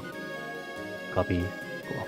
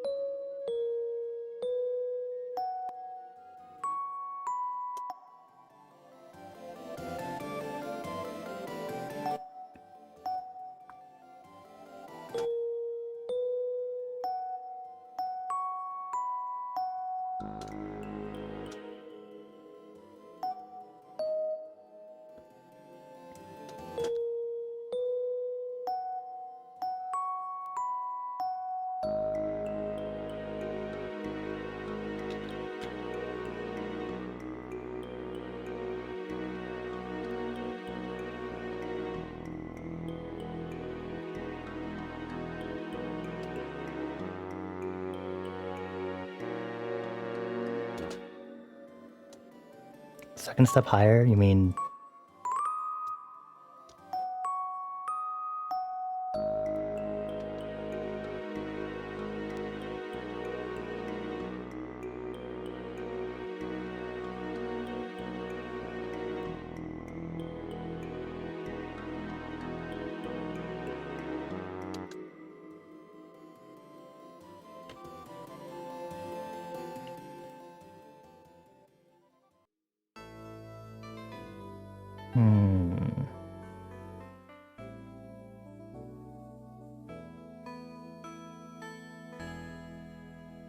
Well, I have ended up writing a bridge melody, which helped, but...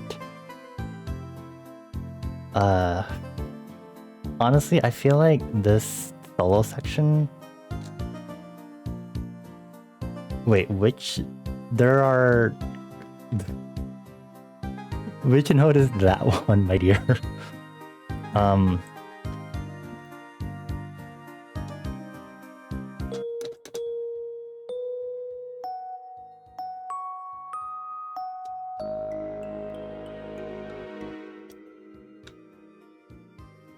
Latency are below, but anyway, I don't think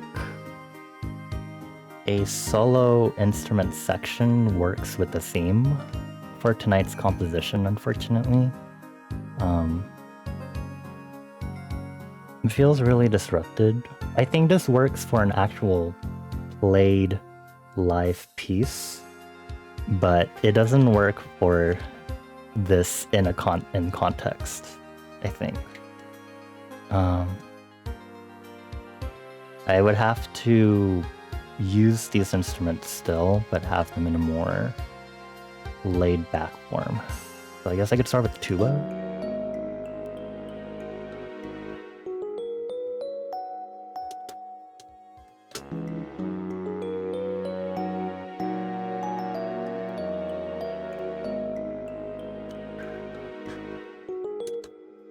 What if I...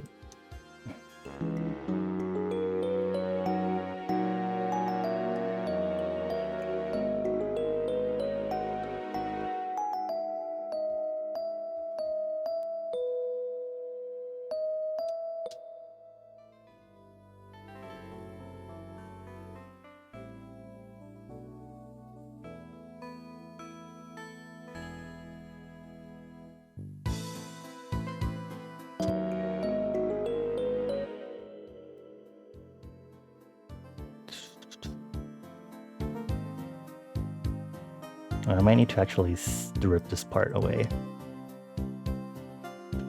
And then bring this all the way back. And then plug it back here.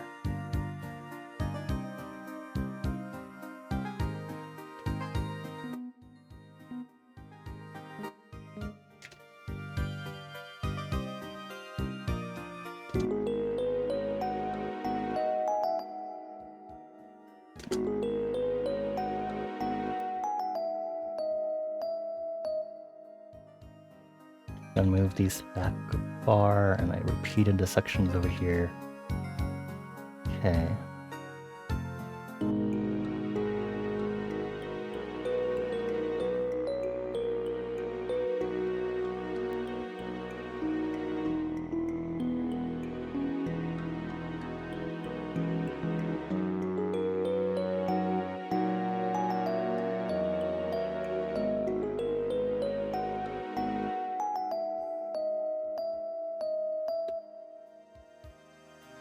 Now I have to figure out what chord progression this is suggesting because I can hear it, but I have to make the notes for it. So let me make a new pattern for our tuba to... Oh, tuba's gone! Tuba, come back to me. Ugh. Tuba, okay. Welcome back, tuba.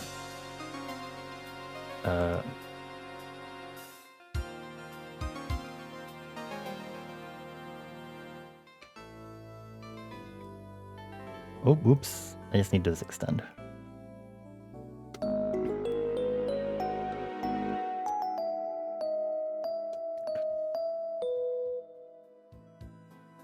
So for key is G sharp.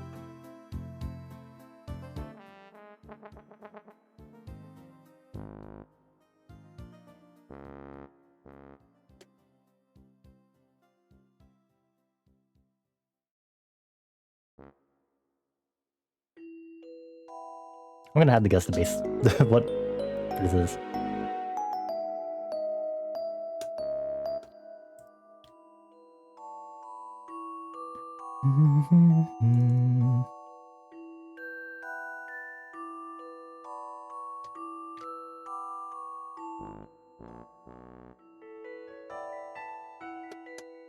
I know this is gonna go.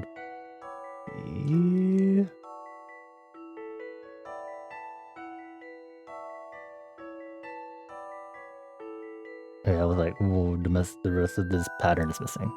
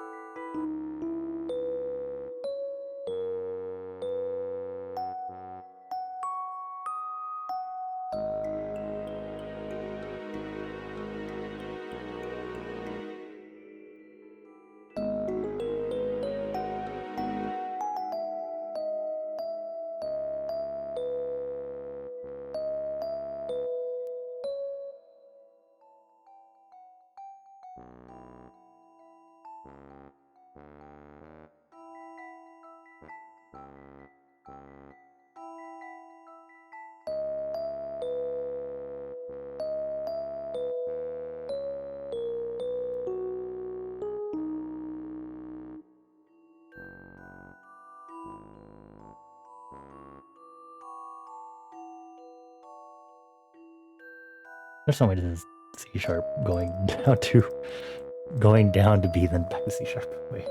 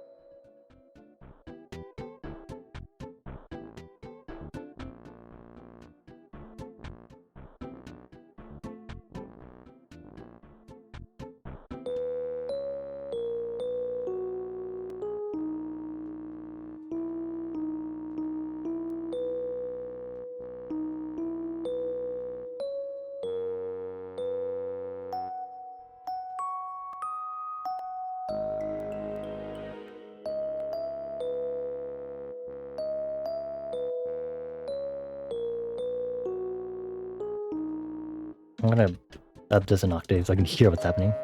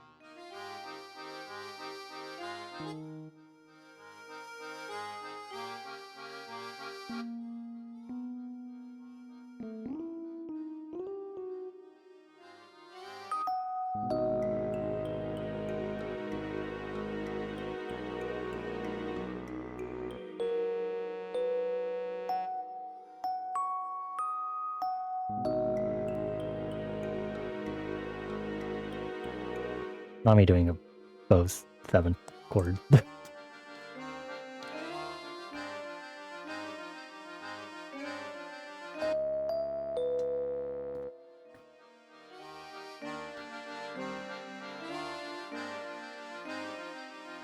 Move pattern 9 up here. And I'm trying to make the strings.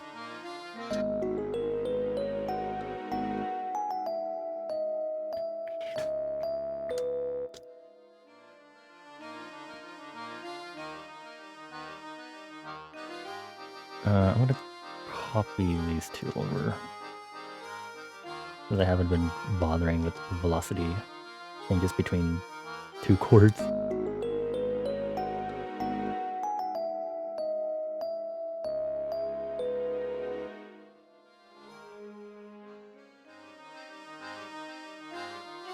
Okay, time to shove over, friends. A little more. Thank you.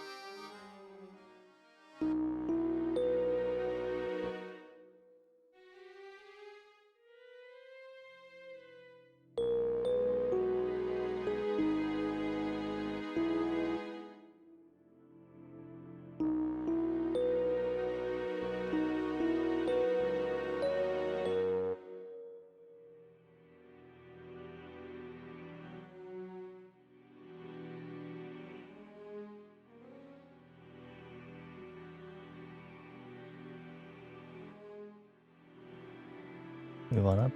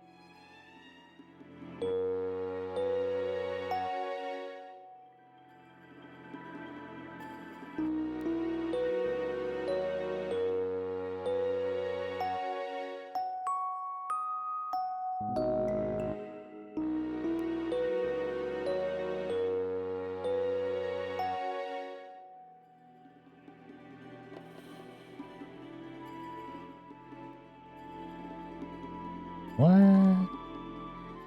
Do string jab and make them do a little step here?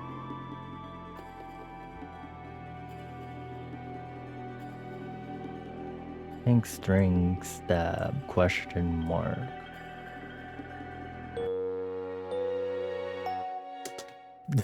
Off. It's on the 4th feet.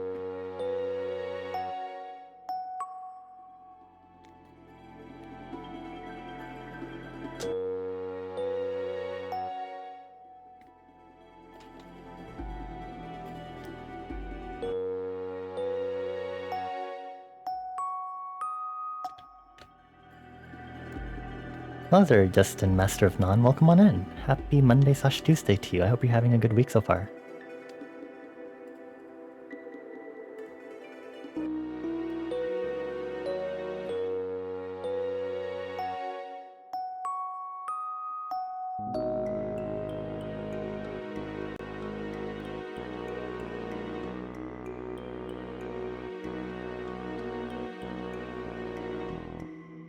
Okay, I had to figure out how to stitch an entire piece, because it could be really stand out, and that's not good if it is.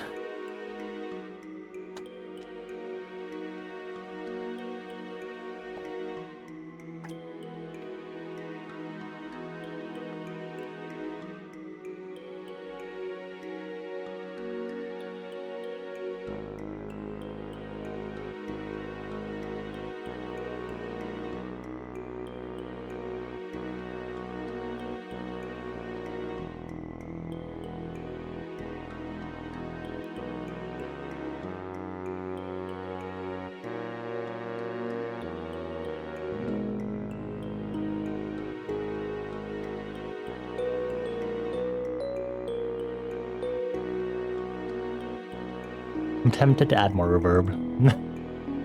It's part of the prompt anyway.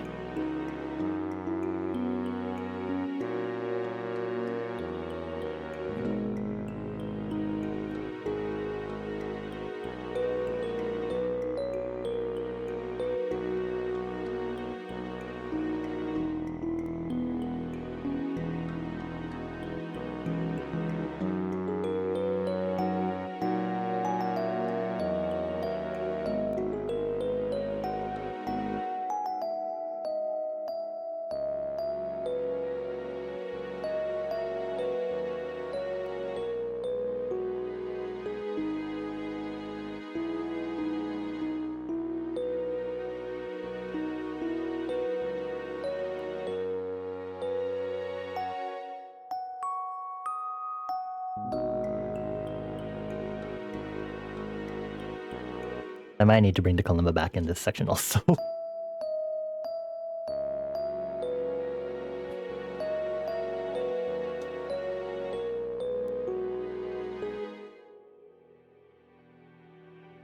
If I make it sparser, it might help.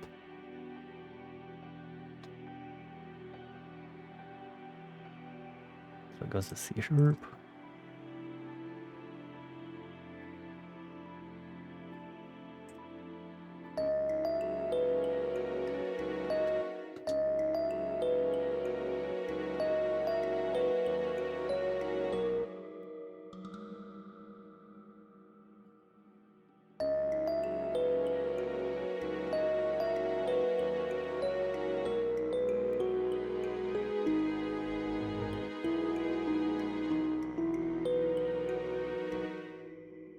I think I want it to be. Do I want it to match?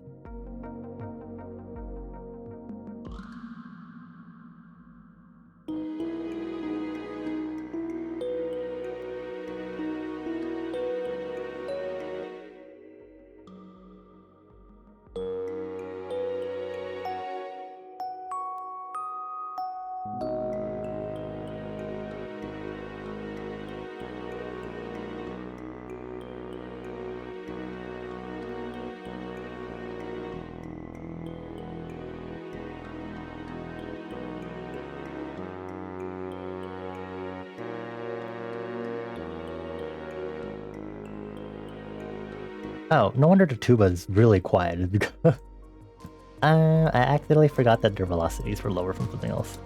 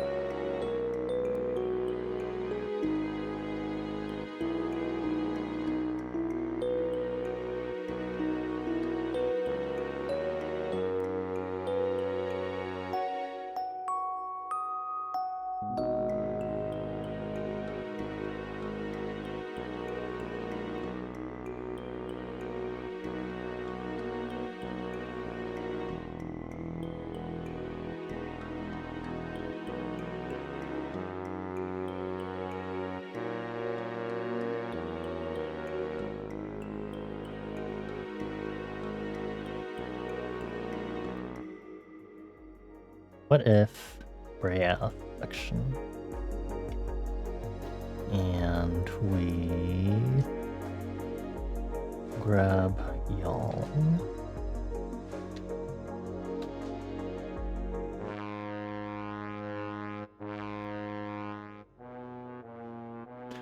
Spread this one.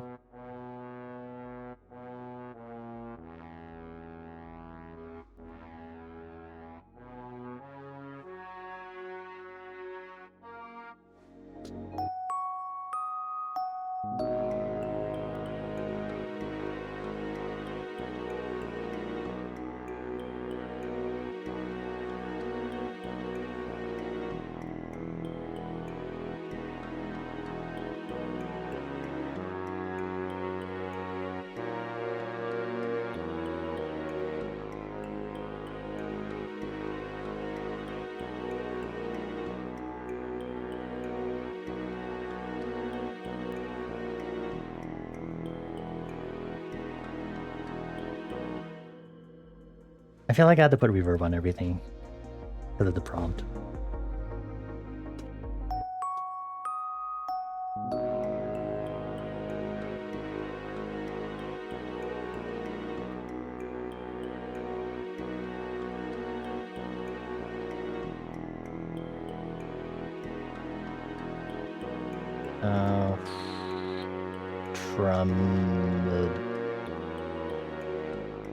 Yeah.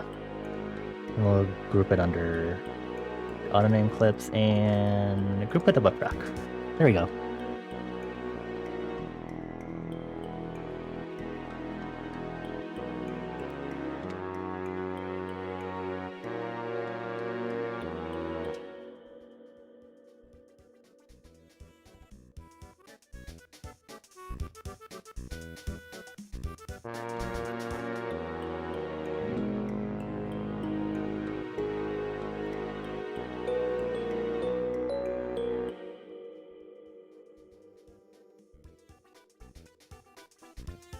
I'm tempted to use, since I have this open already, I might just...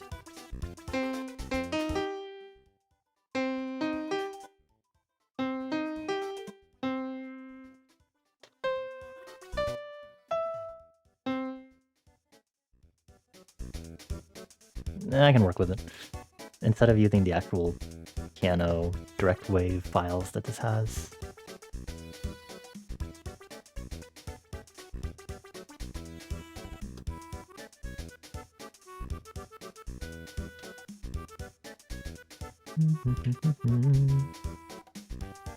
Put you here.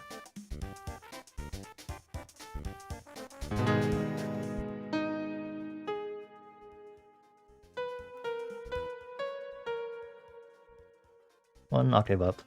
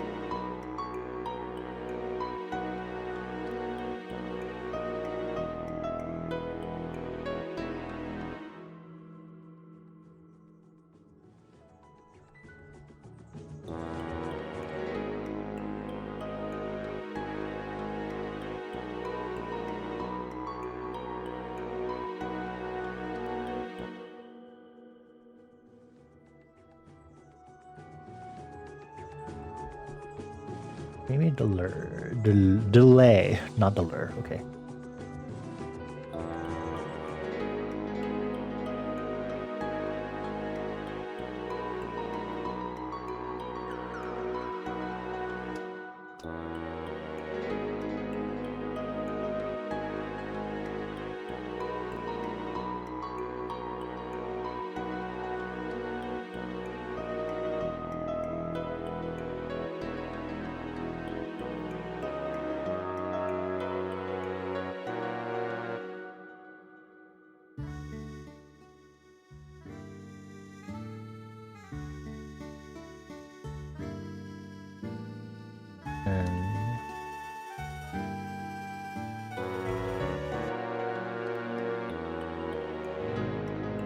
Oops.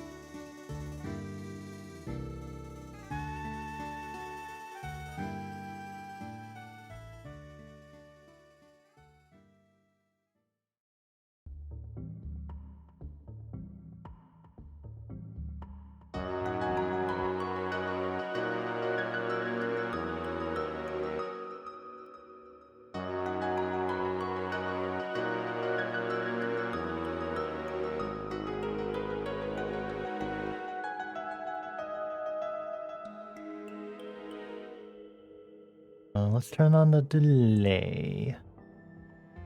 That's a crazy ass delay.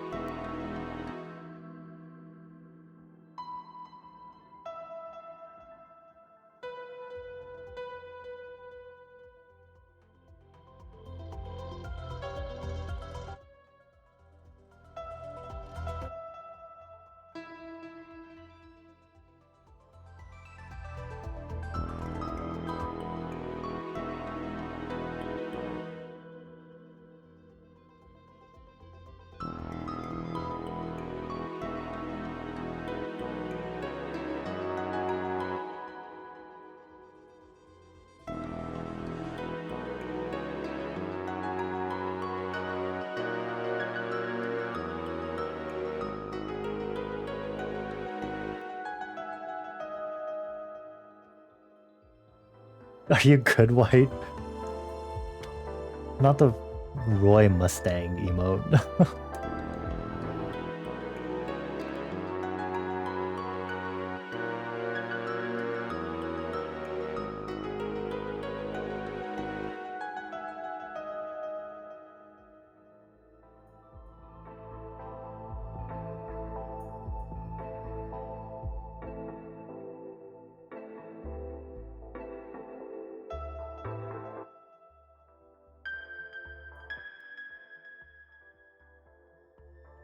This would be obnoxious. Then... Oop. And then... all of you...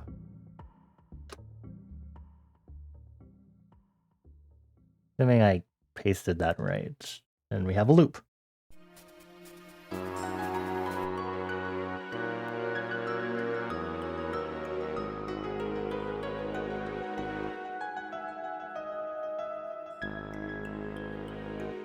Okay, that was a bad choice on me being obnoxious.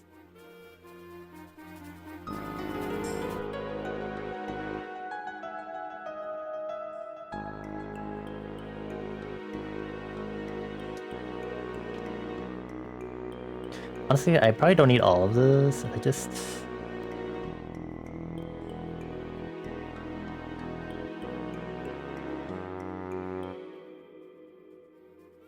I think if I do... this, and then... oh, I got this. I think I can place loop. There we go. Except this needs to... no, not time signature change. Add marker. Add marker. Loop end.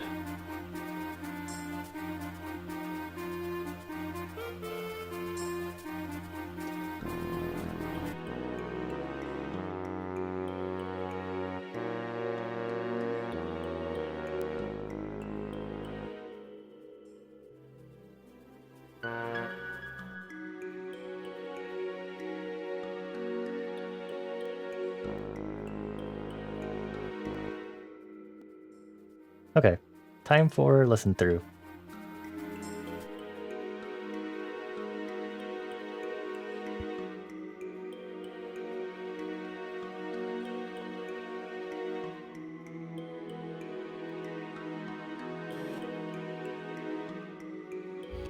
Okay, sorry to hold on, folks.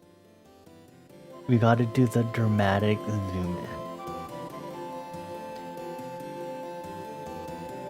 Ooh. And then have it scroll as it plays. Okay, now we'll start.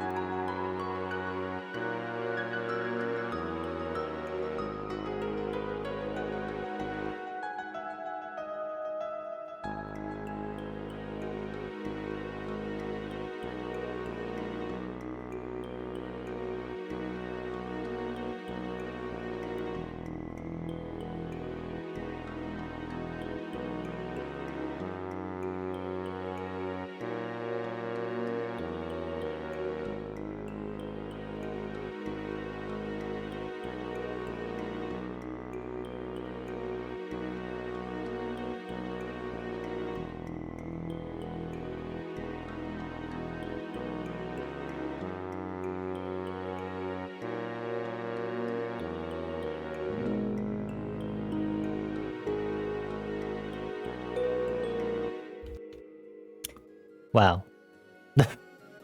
Amazing. Yeah, I hope you're happy with your tuba. Like, tee what happens if I throw a tuba to make this water theme not sound like a water theme? Like, hee hee hoo hoo. Hey, don't challenge me. I may not know how to do epic cooking videos, Stash. But when it comes to normal video game tracks, I know what I'm doing. For the most part. I wanna see if I can add, because I'm like, what if I add more arpeggios? You just didn't expect it to flow in that well. I guess I just listened and fucked around enough in music programs to kind of be like, okay, I have an inkling as to how this is gonna sound. But also, I would like to point out that the previous Music Mondays, a lot of them just have a lot of similar things going on. I think they all have some sort of ostinato going through them, and I'm like, LOL. Like, this one has an ostinato. Just fucking piano ostinato.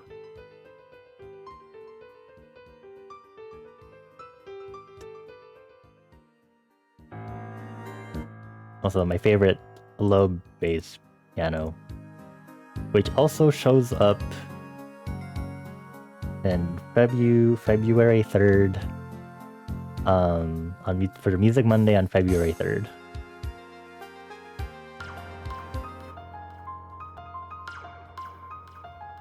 Hello DPK, thank you for the quiet hello.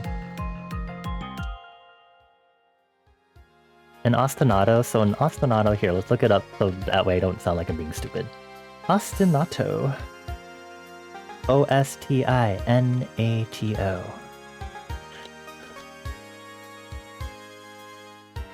So an ostinato, derived from the Italian word for stubborn, is a motif or phrase that persistently repeats in the same musical voice, frequently in the same pitch. I have ostinatos a lot in my music, I find. So in this one, technically this piano's playing one.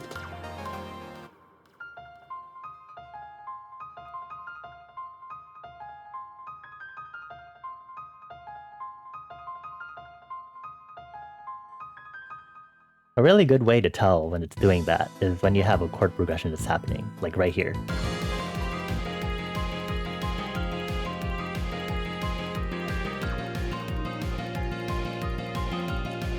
It's the same melody. Although it's not necessarily the case. Sometimes it can slightly change to match the chord progression, but when you have something that can sound very fine across a very steady chord progression like this, then you have a very good flow going there.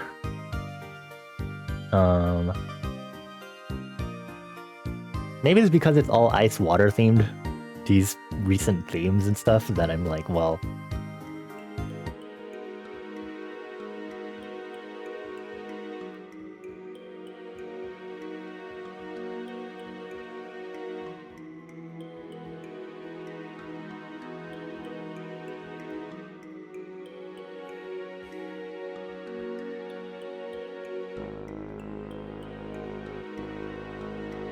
I mean, at least I'm not fully arpeggiating. There's this funny meme I saw on Blue Sky that was like, it was something about arpeggiation, and it was like, oh, you gotta be careful when musicians are arpeggiating. It's because they're super stressed and anxious. And then one of the musicians I follow was like, cries in chiptune. And I was like,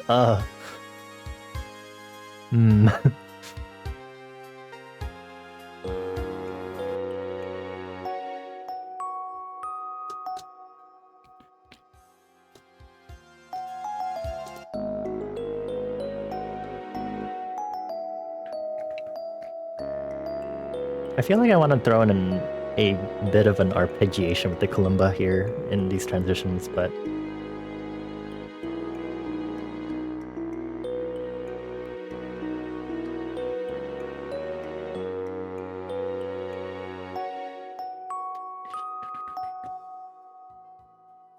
Hold on, we're gonna make a new pattern. Okay. Follow my dreams of be. So you want me to follow my dreams of being depressed and anxious by arpeggiating? Thanks.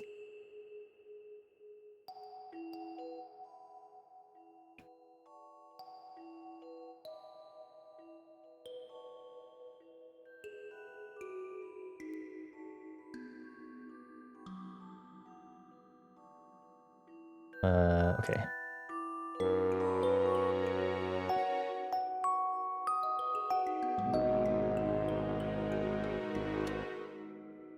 I don't actually hate that.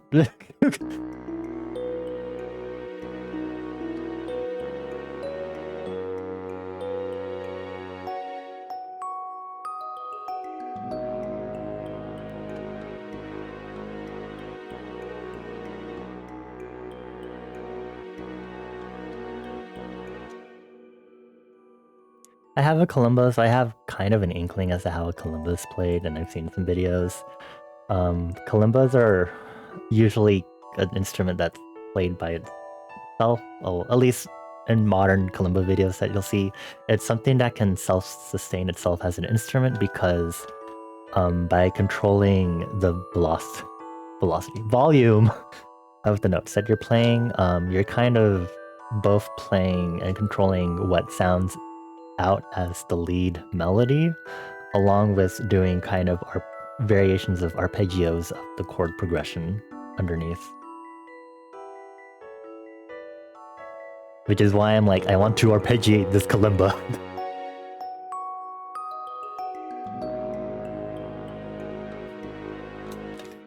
Can you give ideas? You can. Arcane was giving some ideas earlier, and it helped me build the bridge, actually. Because I was focused on just doing a pure instrument solo for the keyboard, and I was like, well, this actually helps me build the chord progression after the fact.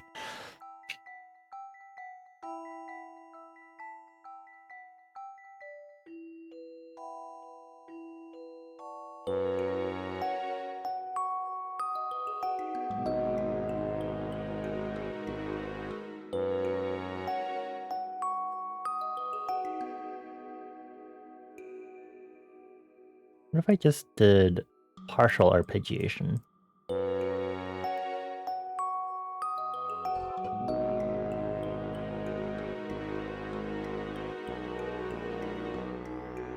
Did I put it here too?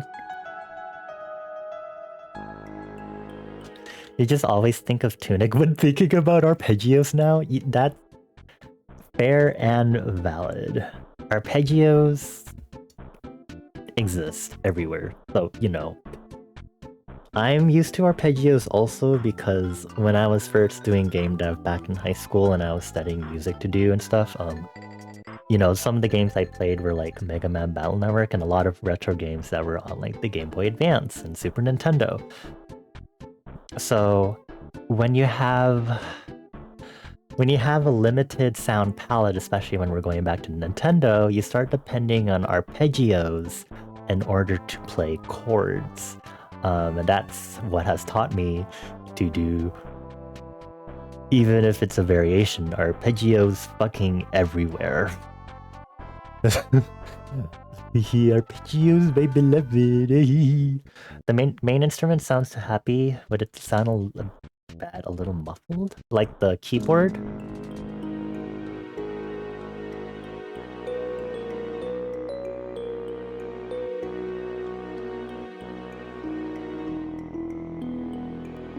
I definitely have a lot of lo-fi plugins, so if it's the keyboard, we can definitely have a little fun turning it into a lo-fi element.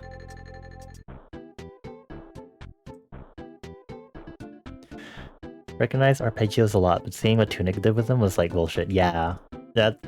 God. The arpeggios, the spectrogram stuff too. Tunic is... me waiting to see if there'll be any ARG developments with Tunic or anything announced related to the game. I still need to do my replay of Tunic now that I think about it. I think the replay would be fun because I've forgotten how to read Trunic, so we can relearn how to read the fucking language. So fun, yay! I remember some of the characters at least, but it's some of the less obvious ones that I don't remember because some of them, shape-wise, kind of resemble the sound, the phonetic sound. I know that says these nuts. Thank you very much. These nuts. The kalimba, you think? This one?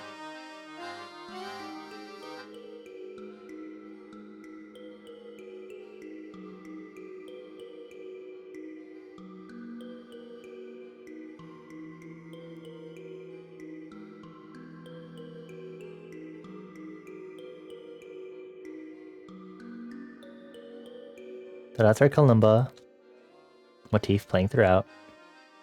And then the keyboard's here.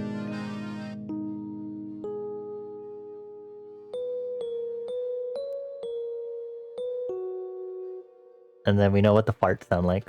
The fart tuba.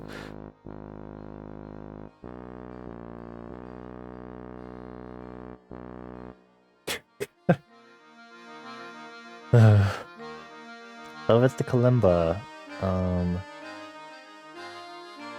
We can EQ it if anything.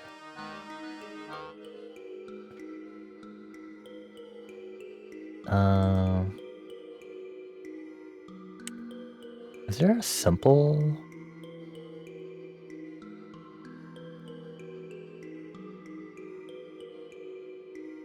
I don't know if they have like a simple dual filter. I might just use the EQ instead for this. So what we can do to muffle it is use an EQ to limit some of the frequencies.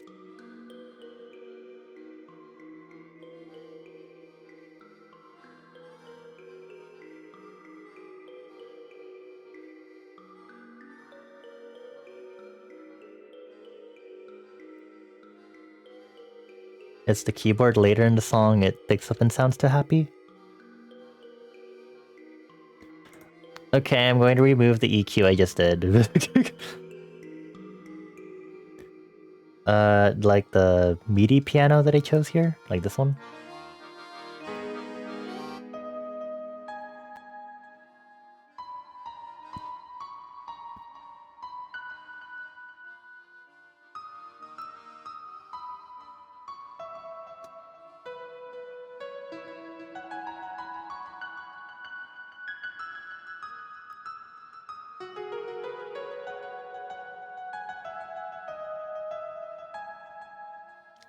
This specific piano section?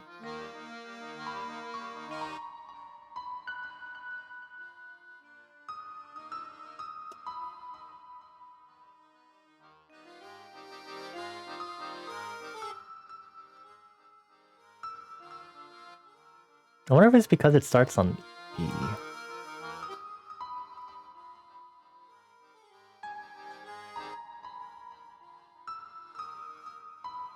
Actually, it's because it goes into B.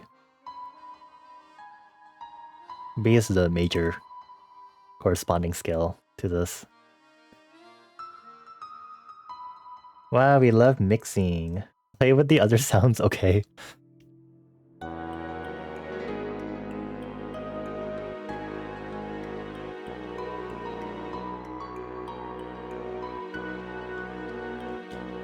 Do keep in mind that bars are denoted with numbers at the top, so you can also use bars to help locate things if needed.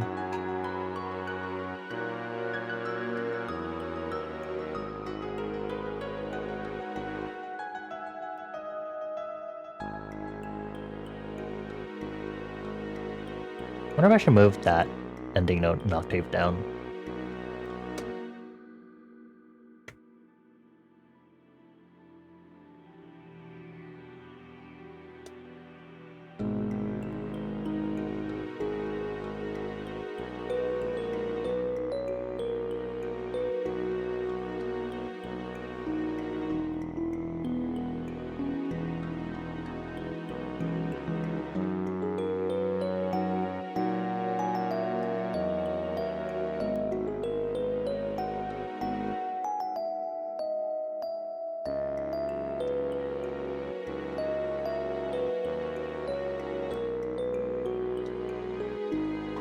What? Aether? Huh?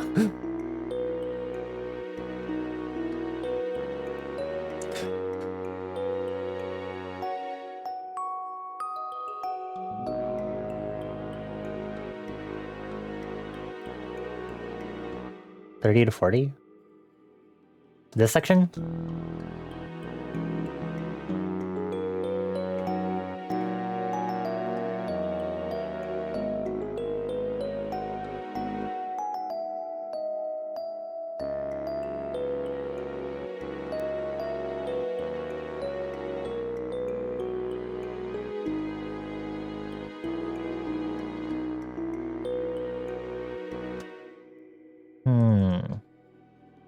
How do we make this darker than how it already is?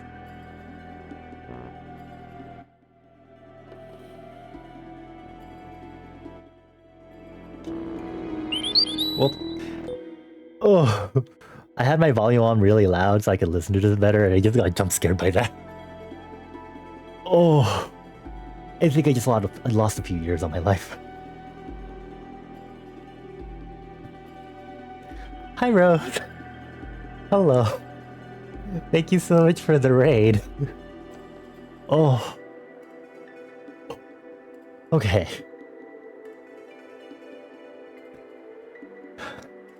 Hello, how's your Fortnite game? Thank you so much for the raid. Welcome on in, everyone. For those that don't know who I am, my name is Bonnie. I go by they, them. I'm a silly little fire elemental, and I'm a multimedia creative. I do illustration, graphic design, music production, and a lot of other stuff. Hi. Oh, welcome to our Music Monday session. I think y'all might have been here before in Music Monday sessions. Usually for Music Monday sessions, at least starting this year, we usually do it so that chat can kind of help and pitch in ideas, and more importantly, we have a special point redeem where someone can dictate the theme / prompt / setting that we're composing around. So tonight's session, we're trying to make an underwater theme with a lot of reverb. So think like underwater themes for video games, like Dire Docks for Super Mario 64, the ocean theme from Breath of Fire, we have the underwater theme from Legend of Zelda Spirit Tracks. All of these underwater themes all have very different ways of tackling underwater, and they portray it in different ways. Mario and Luigi Superstar Saga, for example, has a 3/4 waltz with accordion, and it sounds very French and like European for some reason for their underwater theme. And then you have some other underwater themes that sound a little more tropical. And some are a lot brighter and more whimsical, and some of them are a lot more calm, like Donkey Kong Country's aquatic ambiance. Yeah. We're just kind of refining it now. We have a loop going, so we're kind of just refining the pieces of it before midnight hits. For everyone on my side, please do check out Rose. She's raided here quite a few times from her Fortnite streams. Although there was one time she raided after playing Final Fantasy XIV, and I was like, this is not Fortnite. But please do check out Rose and support her. For Rose and anyone that came along with the raid, if you need to get some food, water, or rest, please make sure to do so. Feel free to chill here in liminal space while we continue to work on music. If you need to lurk or maybe step out if this isn't necessarily your vibe, absolutely no pressure. No worries. We will be here.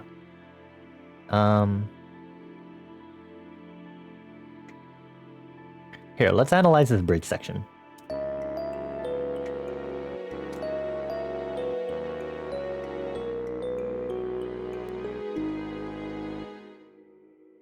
So I'd like to say, remember, we're on G sharp minor, supposedly.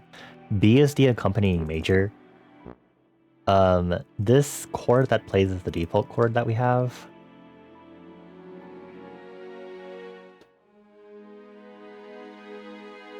But the bass note is in the major. It's on the third note of the minor scale, which is the major tonic.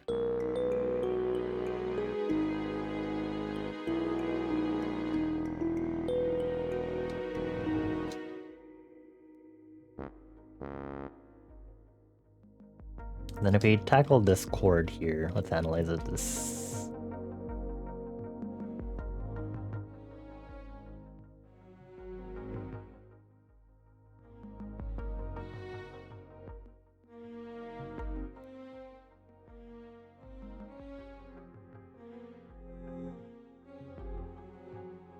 chord is this?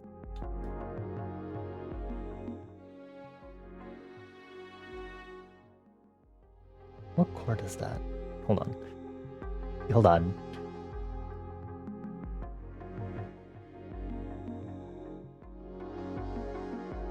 Oh, you did not need to do that zoom for me. Oh my god. This thing is trying to kill me.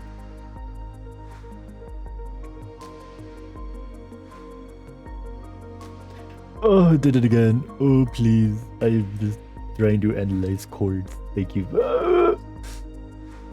Okay, here. Look closely here. This is...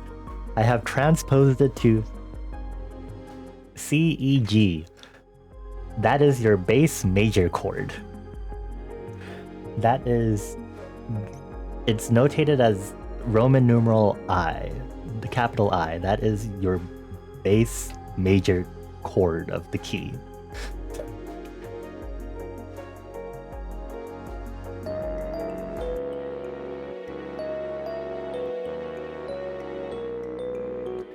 So this bridge starts with a major chord that going into the second chord here starts on the major tonic correspondence of the scale before moving to the minor tonic of the actual scale that we're in.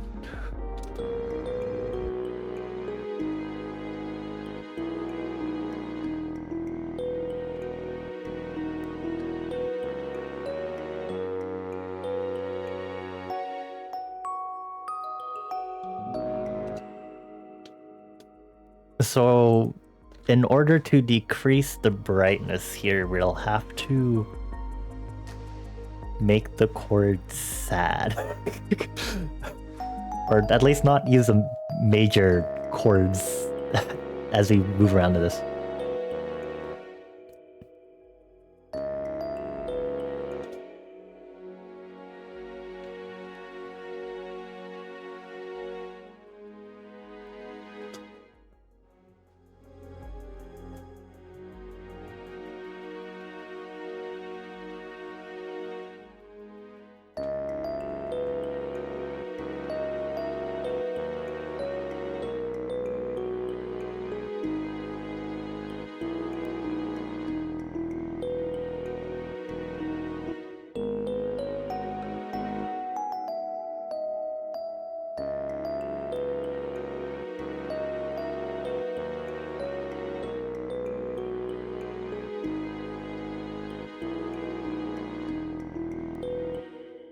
You're gonna head to bed looking forward to the finished song. Thank you, Acer. Thank you for chilling with us.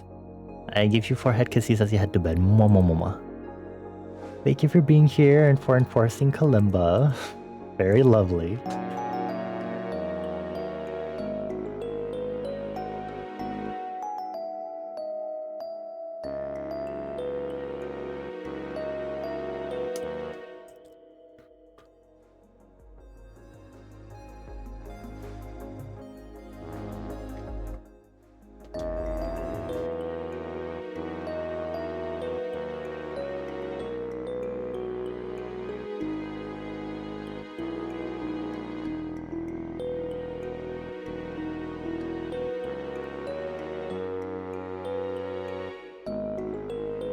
I think it's also the bass, the notes of the tuba are a little...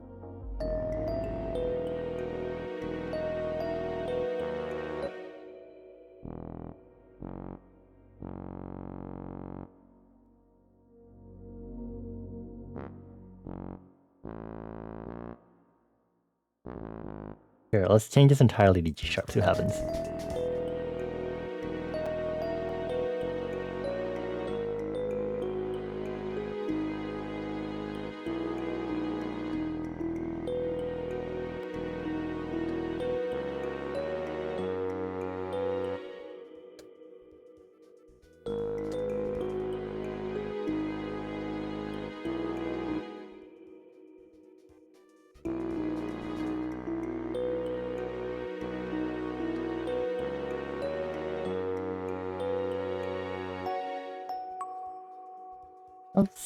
Let's listen to that and with more context around it.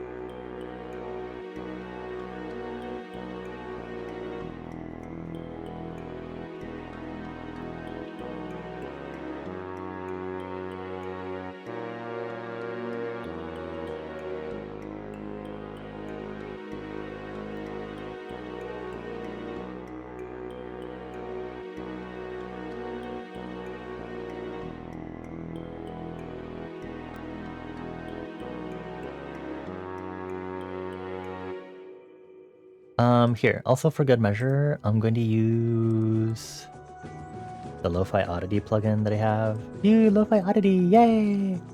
And I'm gonna throw in a cassette tape effect on it.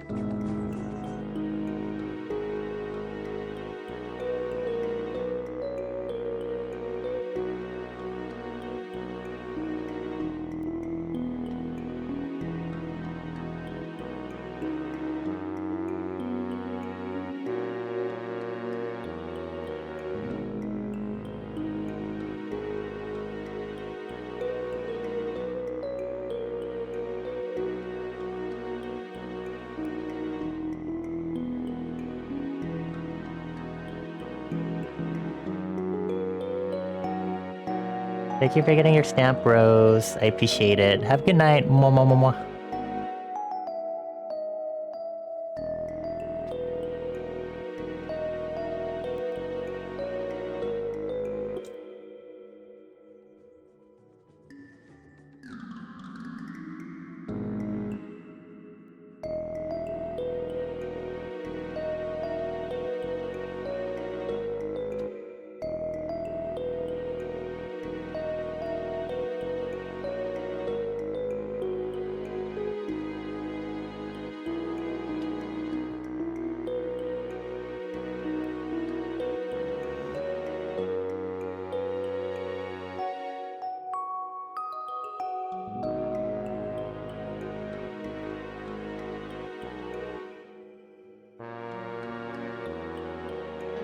I can put it on the piano too if you want. Lo-fi.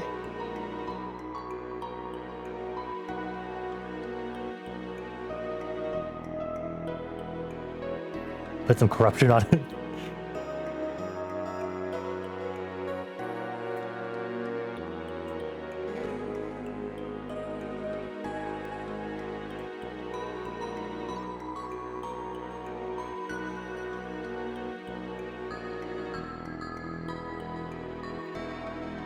Oh, you know?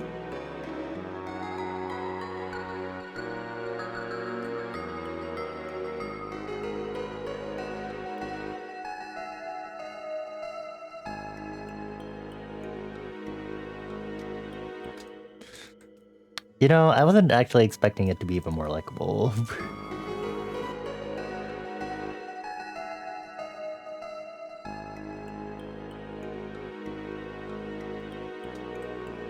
What the hell?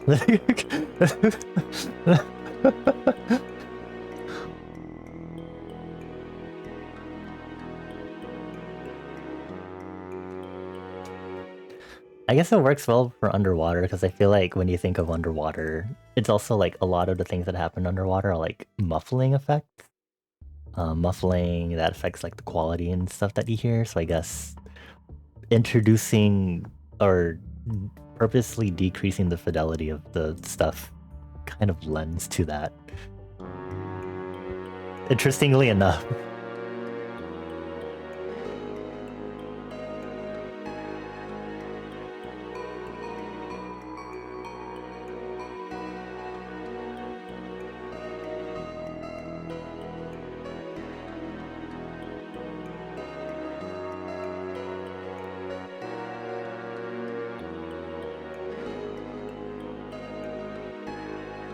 Decreasing the delay a little bit.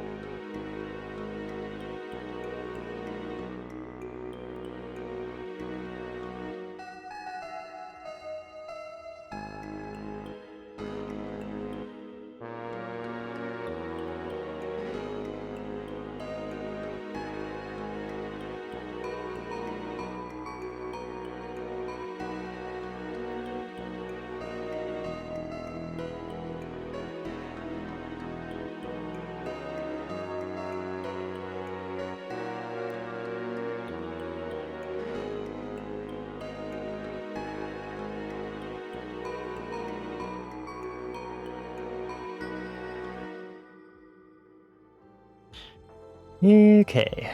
Now all we need to do is add a funny little splash effect at the beginning, like you're entering the ocean of... What if I just, on the entire master, I just EQ'd it and just fully EQ'd the whole thing?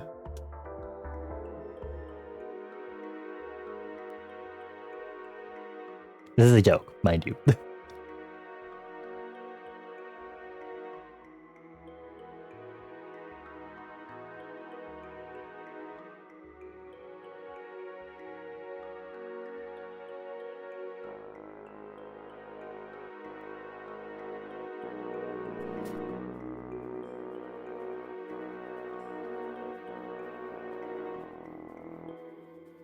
I have to find like an ocean splashing effect, mind you.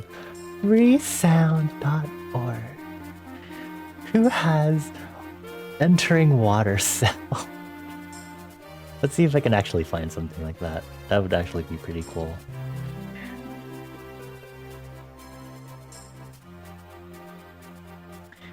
Looking, let's see. Entering water. I typoed. This is awkward. Creative Commons 0. Let's see.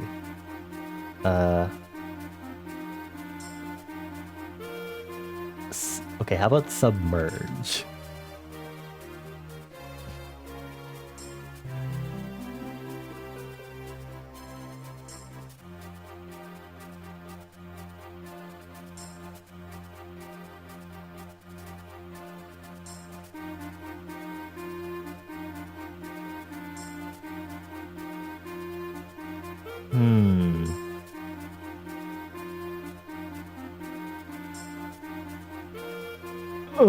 Oh, the gods. Okay.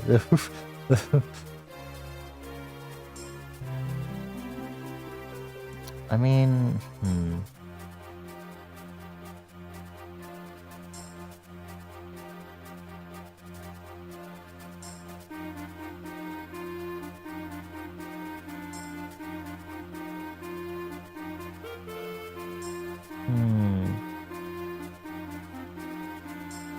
Oh my god, this sounds alien. What the heck? Oh, that was violent. Okay. A short clip you can loop of underwater bubbles. Sure. Download. Thank you, Perel.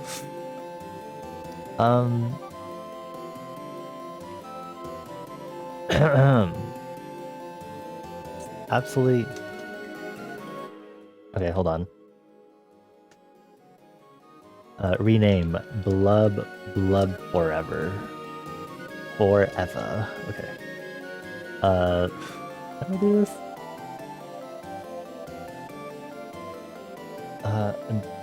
Oops, not like that. Wait. I don't actually... Hold on. How do I make a pure audio clip?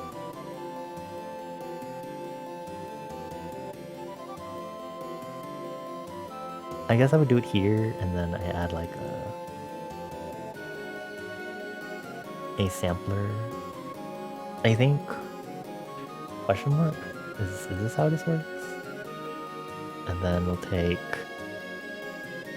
Where is it? I just... This.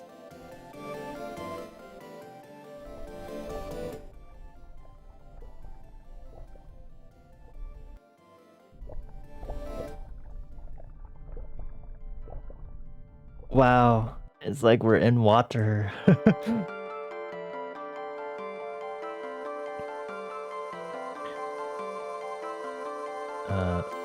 Brush, please.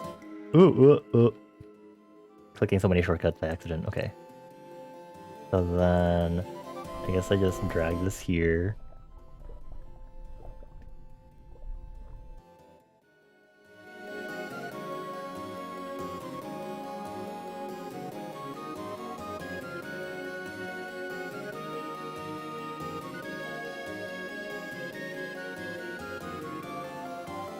I wonder how well I can actually make it blue. Let's see. Go, looping water effect. Oh, I made a duplication of it.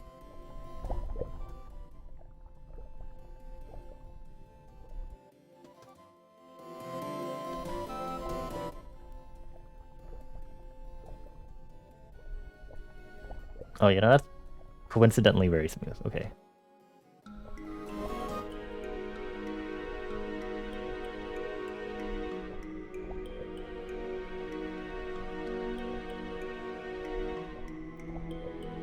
Am I really just gonna loop this fucking sound effect throughout the entire piece?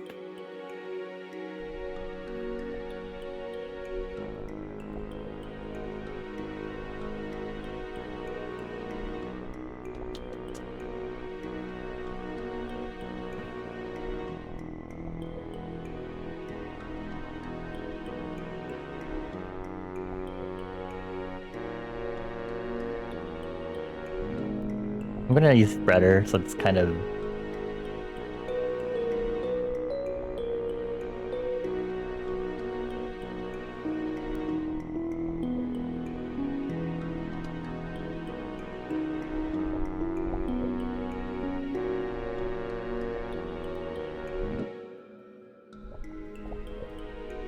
This is really weird.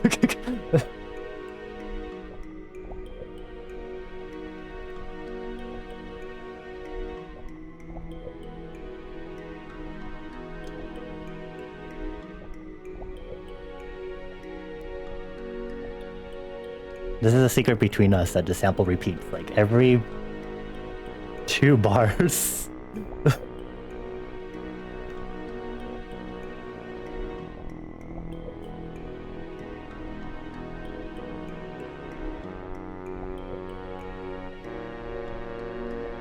What's a good icon I can use for this? Not color. I guess just a sample icon.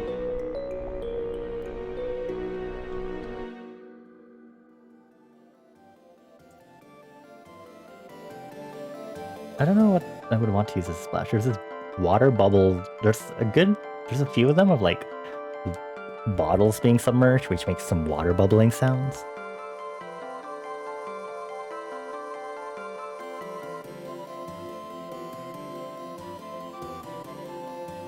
We could try this one. Let's see how will this work. Okay, but I also feel like I don't know how... FL Studio, add audio clip.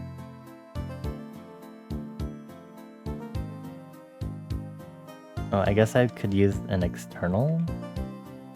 So if I use File Explorer right now and then just drag it into the thing, then it should work apparently. Okay, what was the clip called? It's okay. So if I just drop in literally this. Wow, okay, yeah, okay.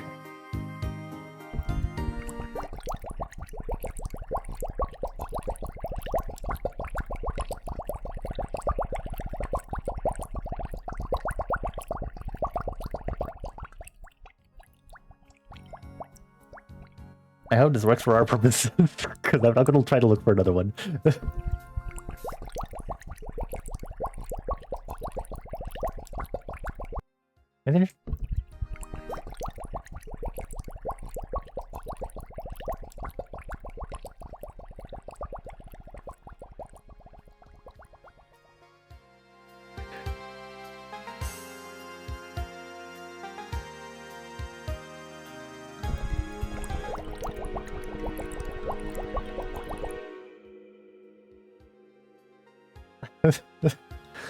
So what I'm gonna do is we're gonna scoop things over really quick, and I'm gonna set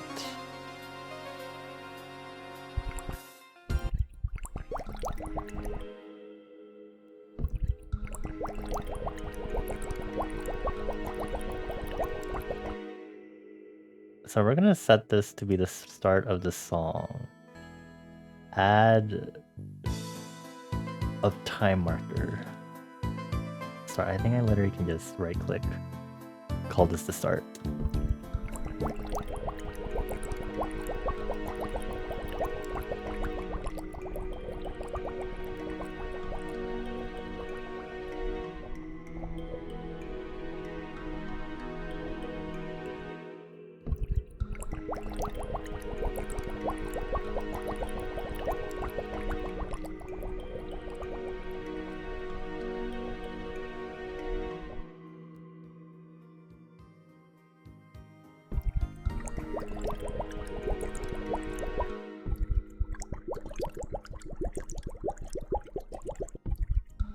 Okay, hold on. Oh, ooh. Okay, go to master. We're gonna remove this.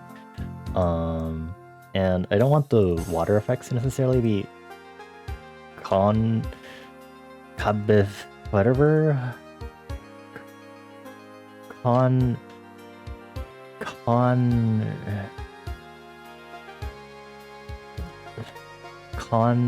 Contaminated? Contaminated? I don't know if contaminate is the right word I'm looking for, but so it's so that the filtering at the beginning doesn't affect these. I'm gonna have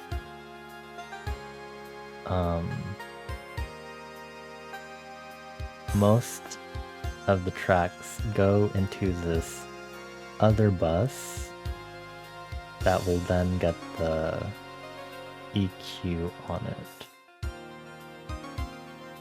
And then we'll rename this to EQ bus. I was about to type bussy. That was not going to be good. And so we do the EQing like so.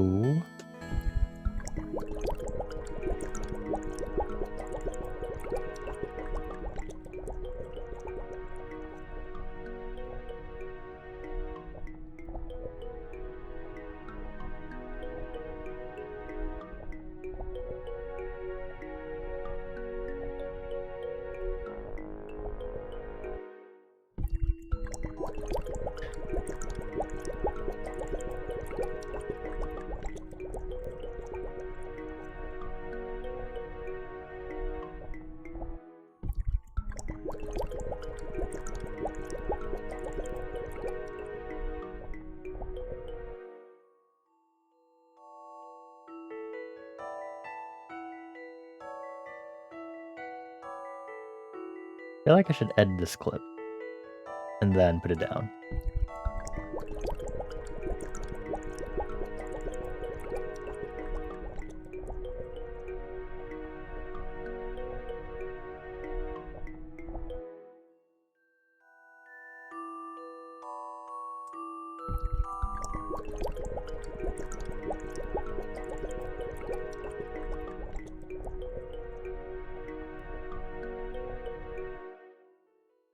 Okay, and then I'm gonna put this at the top, and this is going to be for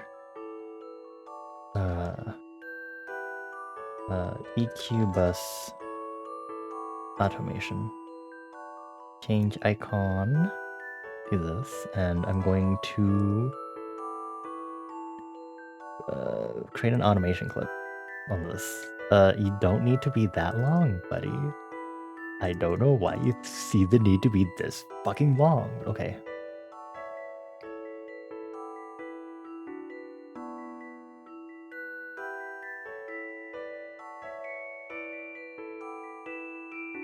So at some point it's gonna do that, so we're just gonna have it kind of curve out like that.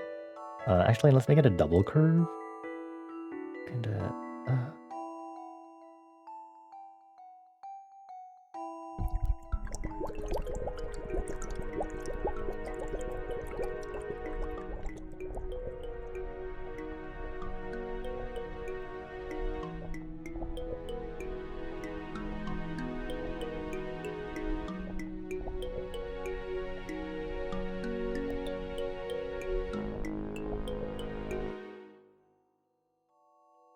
I'm gonna delete this, and we're going to...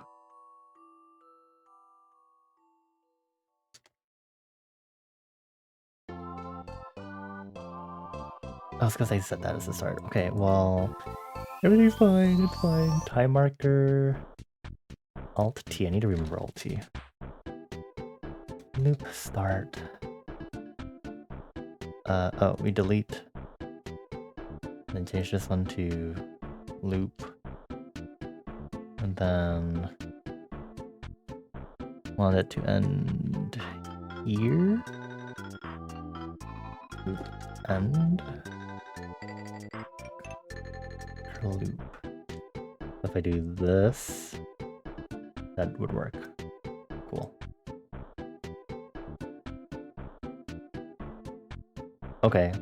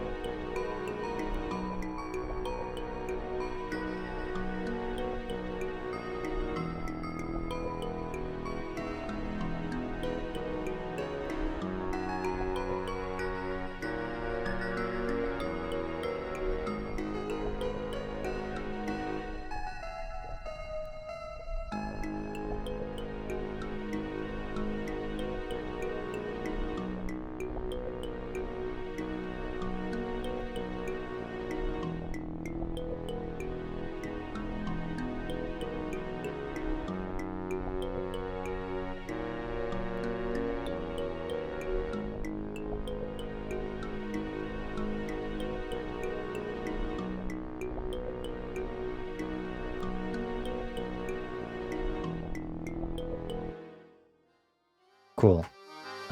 First of all, this kalimba.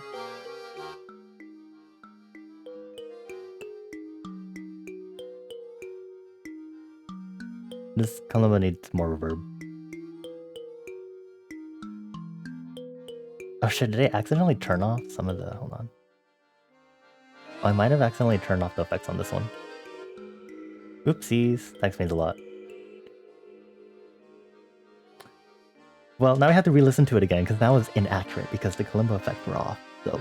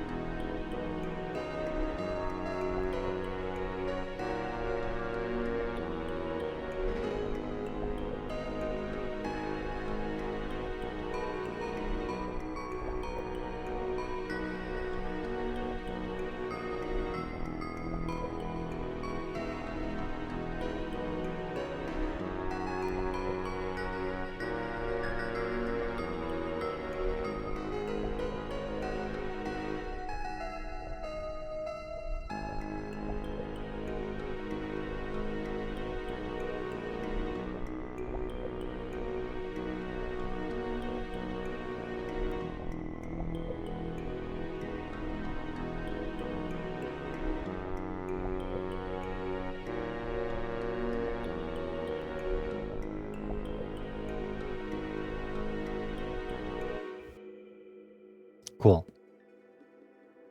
I know Mika said earlier... Where is it? Mika was envisioning... Where is it? Where's the message? I saw it on my phone. Oh, here it is.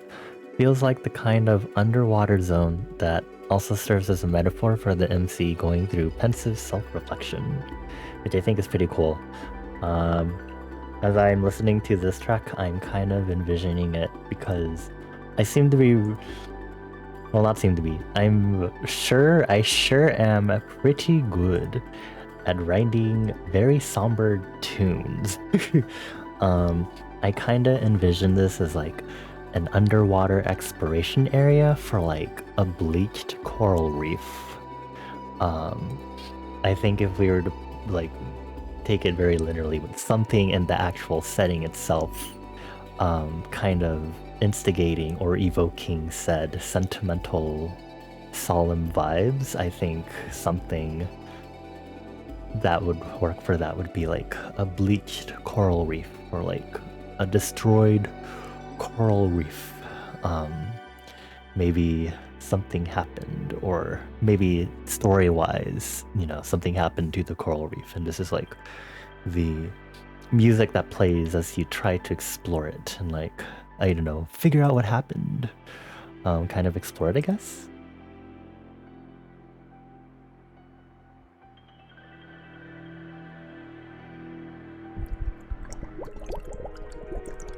I can with the boobling sound at the beginning.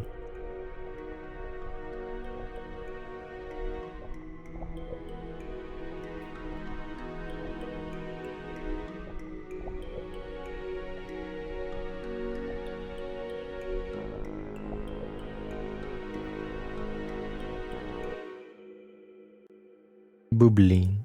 Bubble bubble. Well, I'm quite pleased with how this turned out. I was about to say, I sure hope I write something that isn't so melancholy at some point, but I feel like the last two weren't like sad tunes. Just this one and well, I feel like the Salt Flats one wasn't like depressing as this. And I feel like the last two weren't like that depressing. I feel like the Frozen Lake one was very actiony, upbeat, so it wasn't really super melancholy. And then the Epic Cooking Stash one was uplifting in its own way, although again, it was not very orchestral cinematic, which I guess would have been what my reference material would imply, I guess. But yeah, I wonder when at some point someone will tell me to do like a battle theme. I feel like so like for like other types of video game tracks that I've definitely composed for before are battle themes, boss themes, a lot of forests, definitely, swamp types also, houses, kind of shops slash stores also,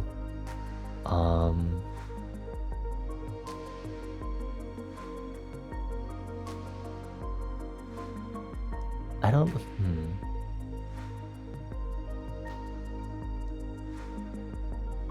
There's a small bit of variety, I guess. I don't think I've ever composed a proper like fire-themed area theme or anything like that. Desert slash like canyon-ish I've kind of done. You can kind of expect a piece like that from this upcoming instrumental EP once it comes out, but otherwise, Harby. Yeah. well, I look forward to when I'll get to compose the next battle theme on Music Monday. Especially with this, and then seeing how y'all will try to sabotage me and be like, hee, you can do a battle theme, but let's see how you make it sound very different. Like, okay. But this is good. This is very fun, having especially the limba and the tuba especially as helpful instruments for this, I would say. So for now, I think we should get ready to raid out. So I'm gonna go ahead and take us over back to our typical front lobby scene. Let's go ahead and wrap up. Thank you everyone for chilling. If you haven't seen our Music Mondays before, we try to do this every Monday. They're not always going to be composing with chat, but that's when I get the motivation to actually work on stuff that isn't just me going along with what y'all suggest. Keep up to date with future streams by going into our Discord server, because that's honestly the only place where I actually announce when I'm streaming next. So keep that in mind. And of course, if you want to see my art and music posted in various places, you do want to go to my link tree and check me out on Blue Sky and Tumblr. Those are like the only active places that I'm really active on. More so Blue Sky. And of course, if you haven't already, please make sure to explore and get your stamp for this session. It does all work. Thank you.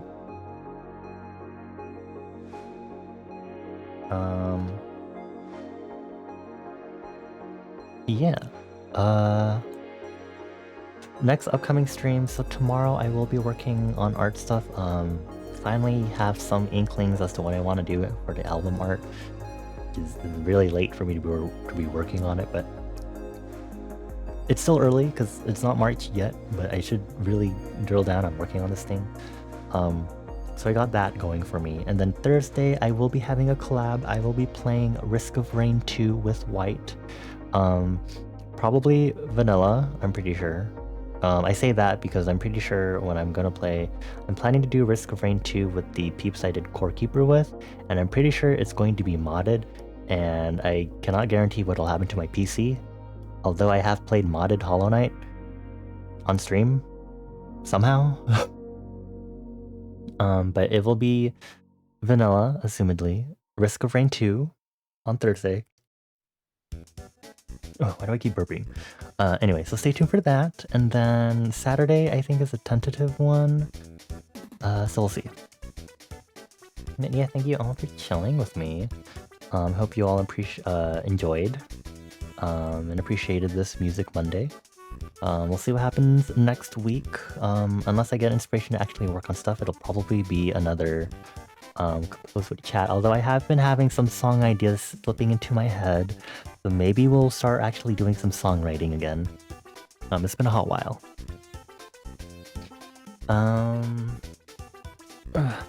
Thank you for being here, White. I appreciate it, and thank you again for the prompt of underwater music with reverb.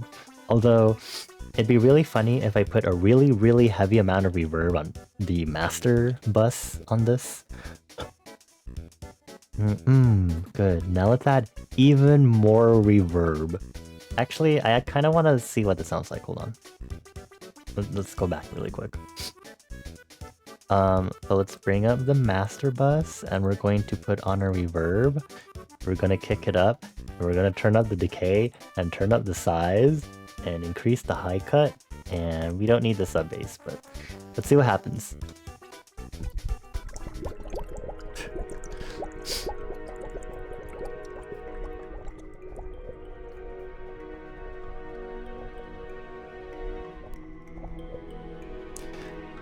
Okay, it's not like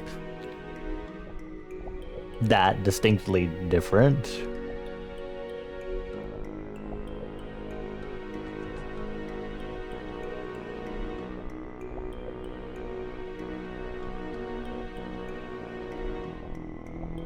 Okay, what if we turn on the dry? Oh, I have to... Wait, I need to turn this back on. There we go. There you go, now it has the reverb.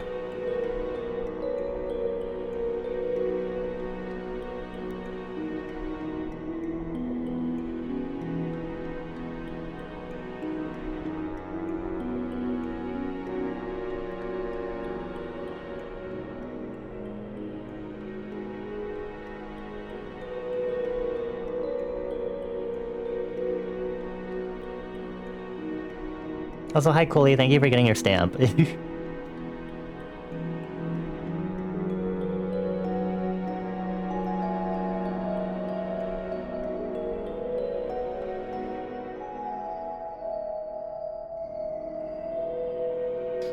Only wetness.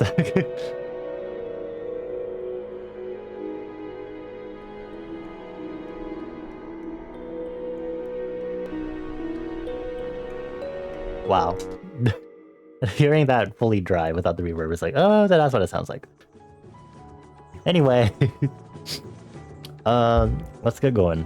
I'm going to very aggressively, hopefully, send this raid over to Celeste, because Celeste is still streaming right now. I know they usually end stream around this time and raid me, so we're going to prevent that from happening and raid her in return. It's funny, I have to update this raid message because she doesn't really do ASMR anymore, so I'll need to fix that. But this will be our raid message as we go say hi to Celeste. Celeste is the founder of the stream team I'm on, Cosmic Chaos. They're currently playing Hello Kitty Island Adventure. Yeah, so I'll use the Gremlin emote. If you have a subscription, I would appreciate it if you also put a sub emote at the end of your raid message. If you don't have a subscription though, you can still get one temporarily. If you go into power-ups and rewards, you can spend 80 channel points to choose an emote to unlock. So you can unlock one of my Twitch subscription emotes temporarily to use across Twitch, I believe. I always say this, I don't know how long it lasts, probably like a day or something. But it is there if you would like to temporarily have it so you don't feel too behind. But you don't have to have a sub emote on your raid message, just copy that and you're ready to go. Yeah, so I'll see y'all tomorrow. I'll be working on some silly album art, I guess. Hopefully I don't change my mind, because now I'm like, what if I don't want to do this idea for the album art? Maybe I should do a bunch of sketches. It's not like that important, I guess, but I'm also like, but it could be. Anyway, let's go say hi to Celeste before they pull anything funny. Quickly now, quickly. Miss, thank you again, everyone, for chilling with me. I appreciate you all. I give you all 4 head kisses. Mwah, mwah, mwah, mwah. Take care. Let's have a good week.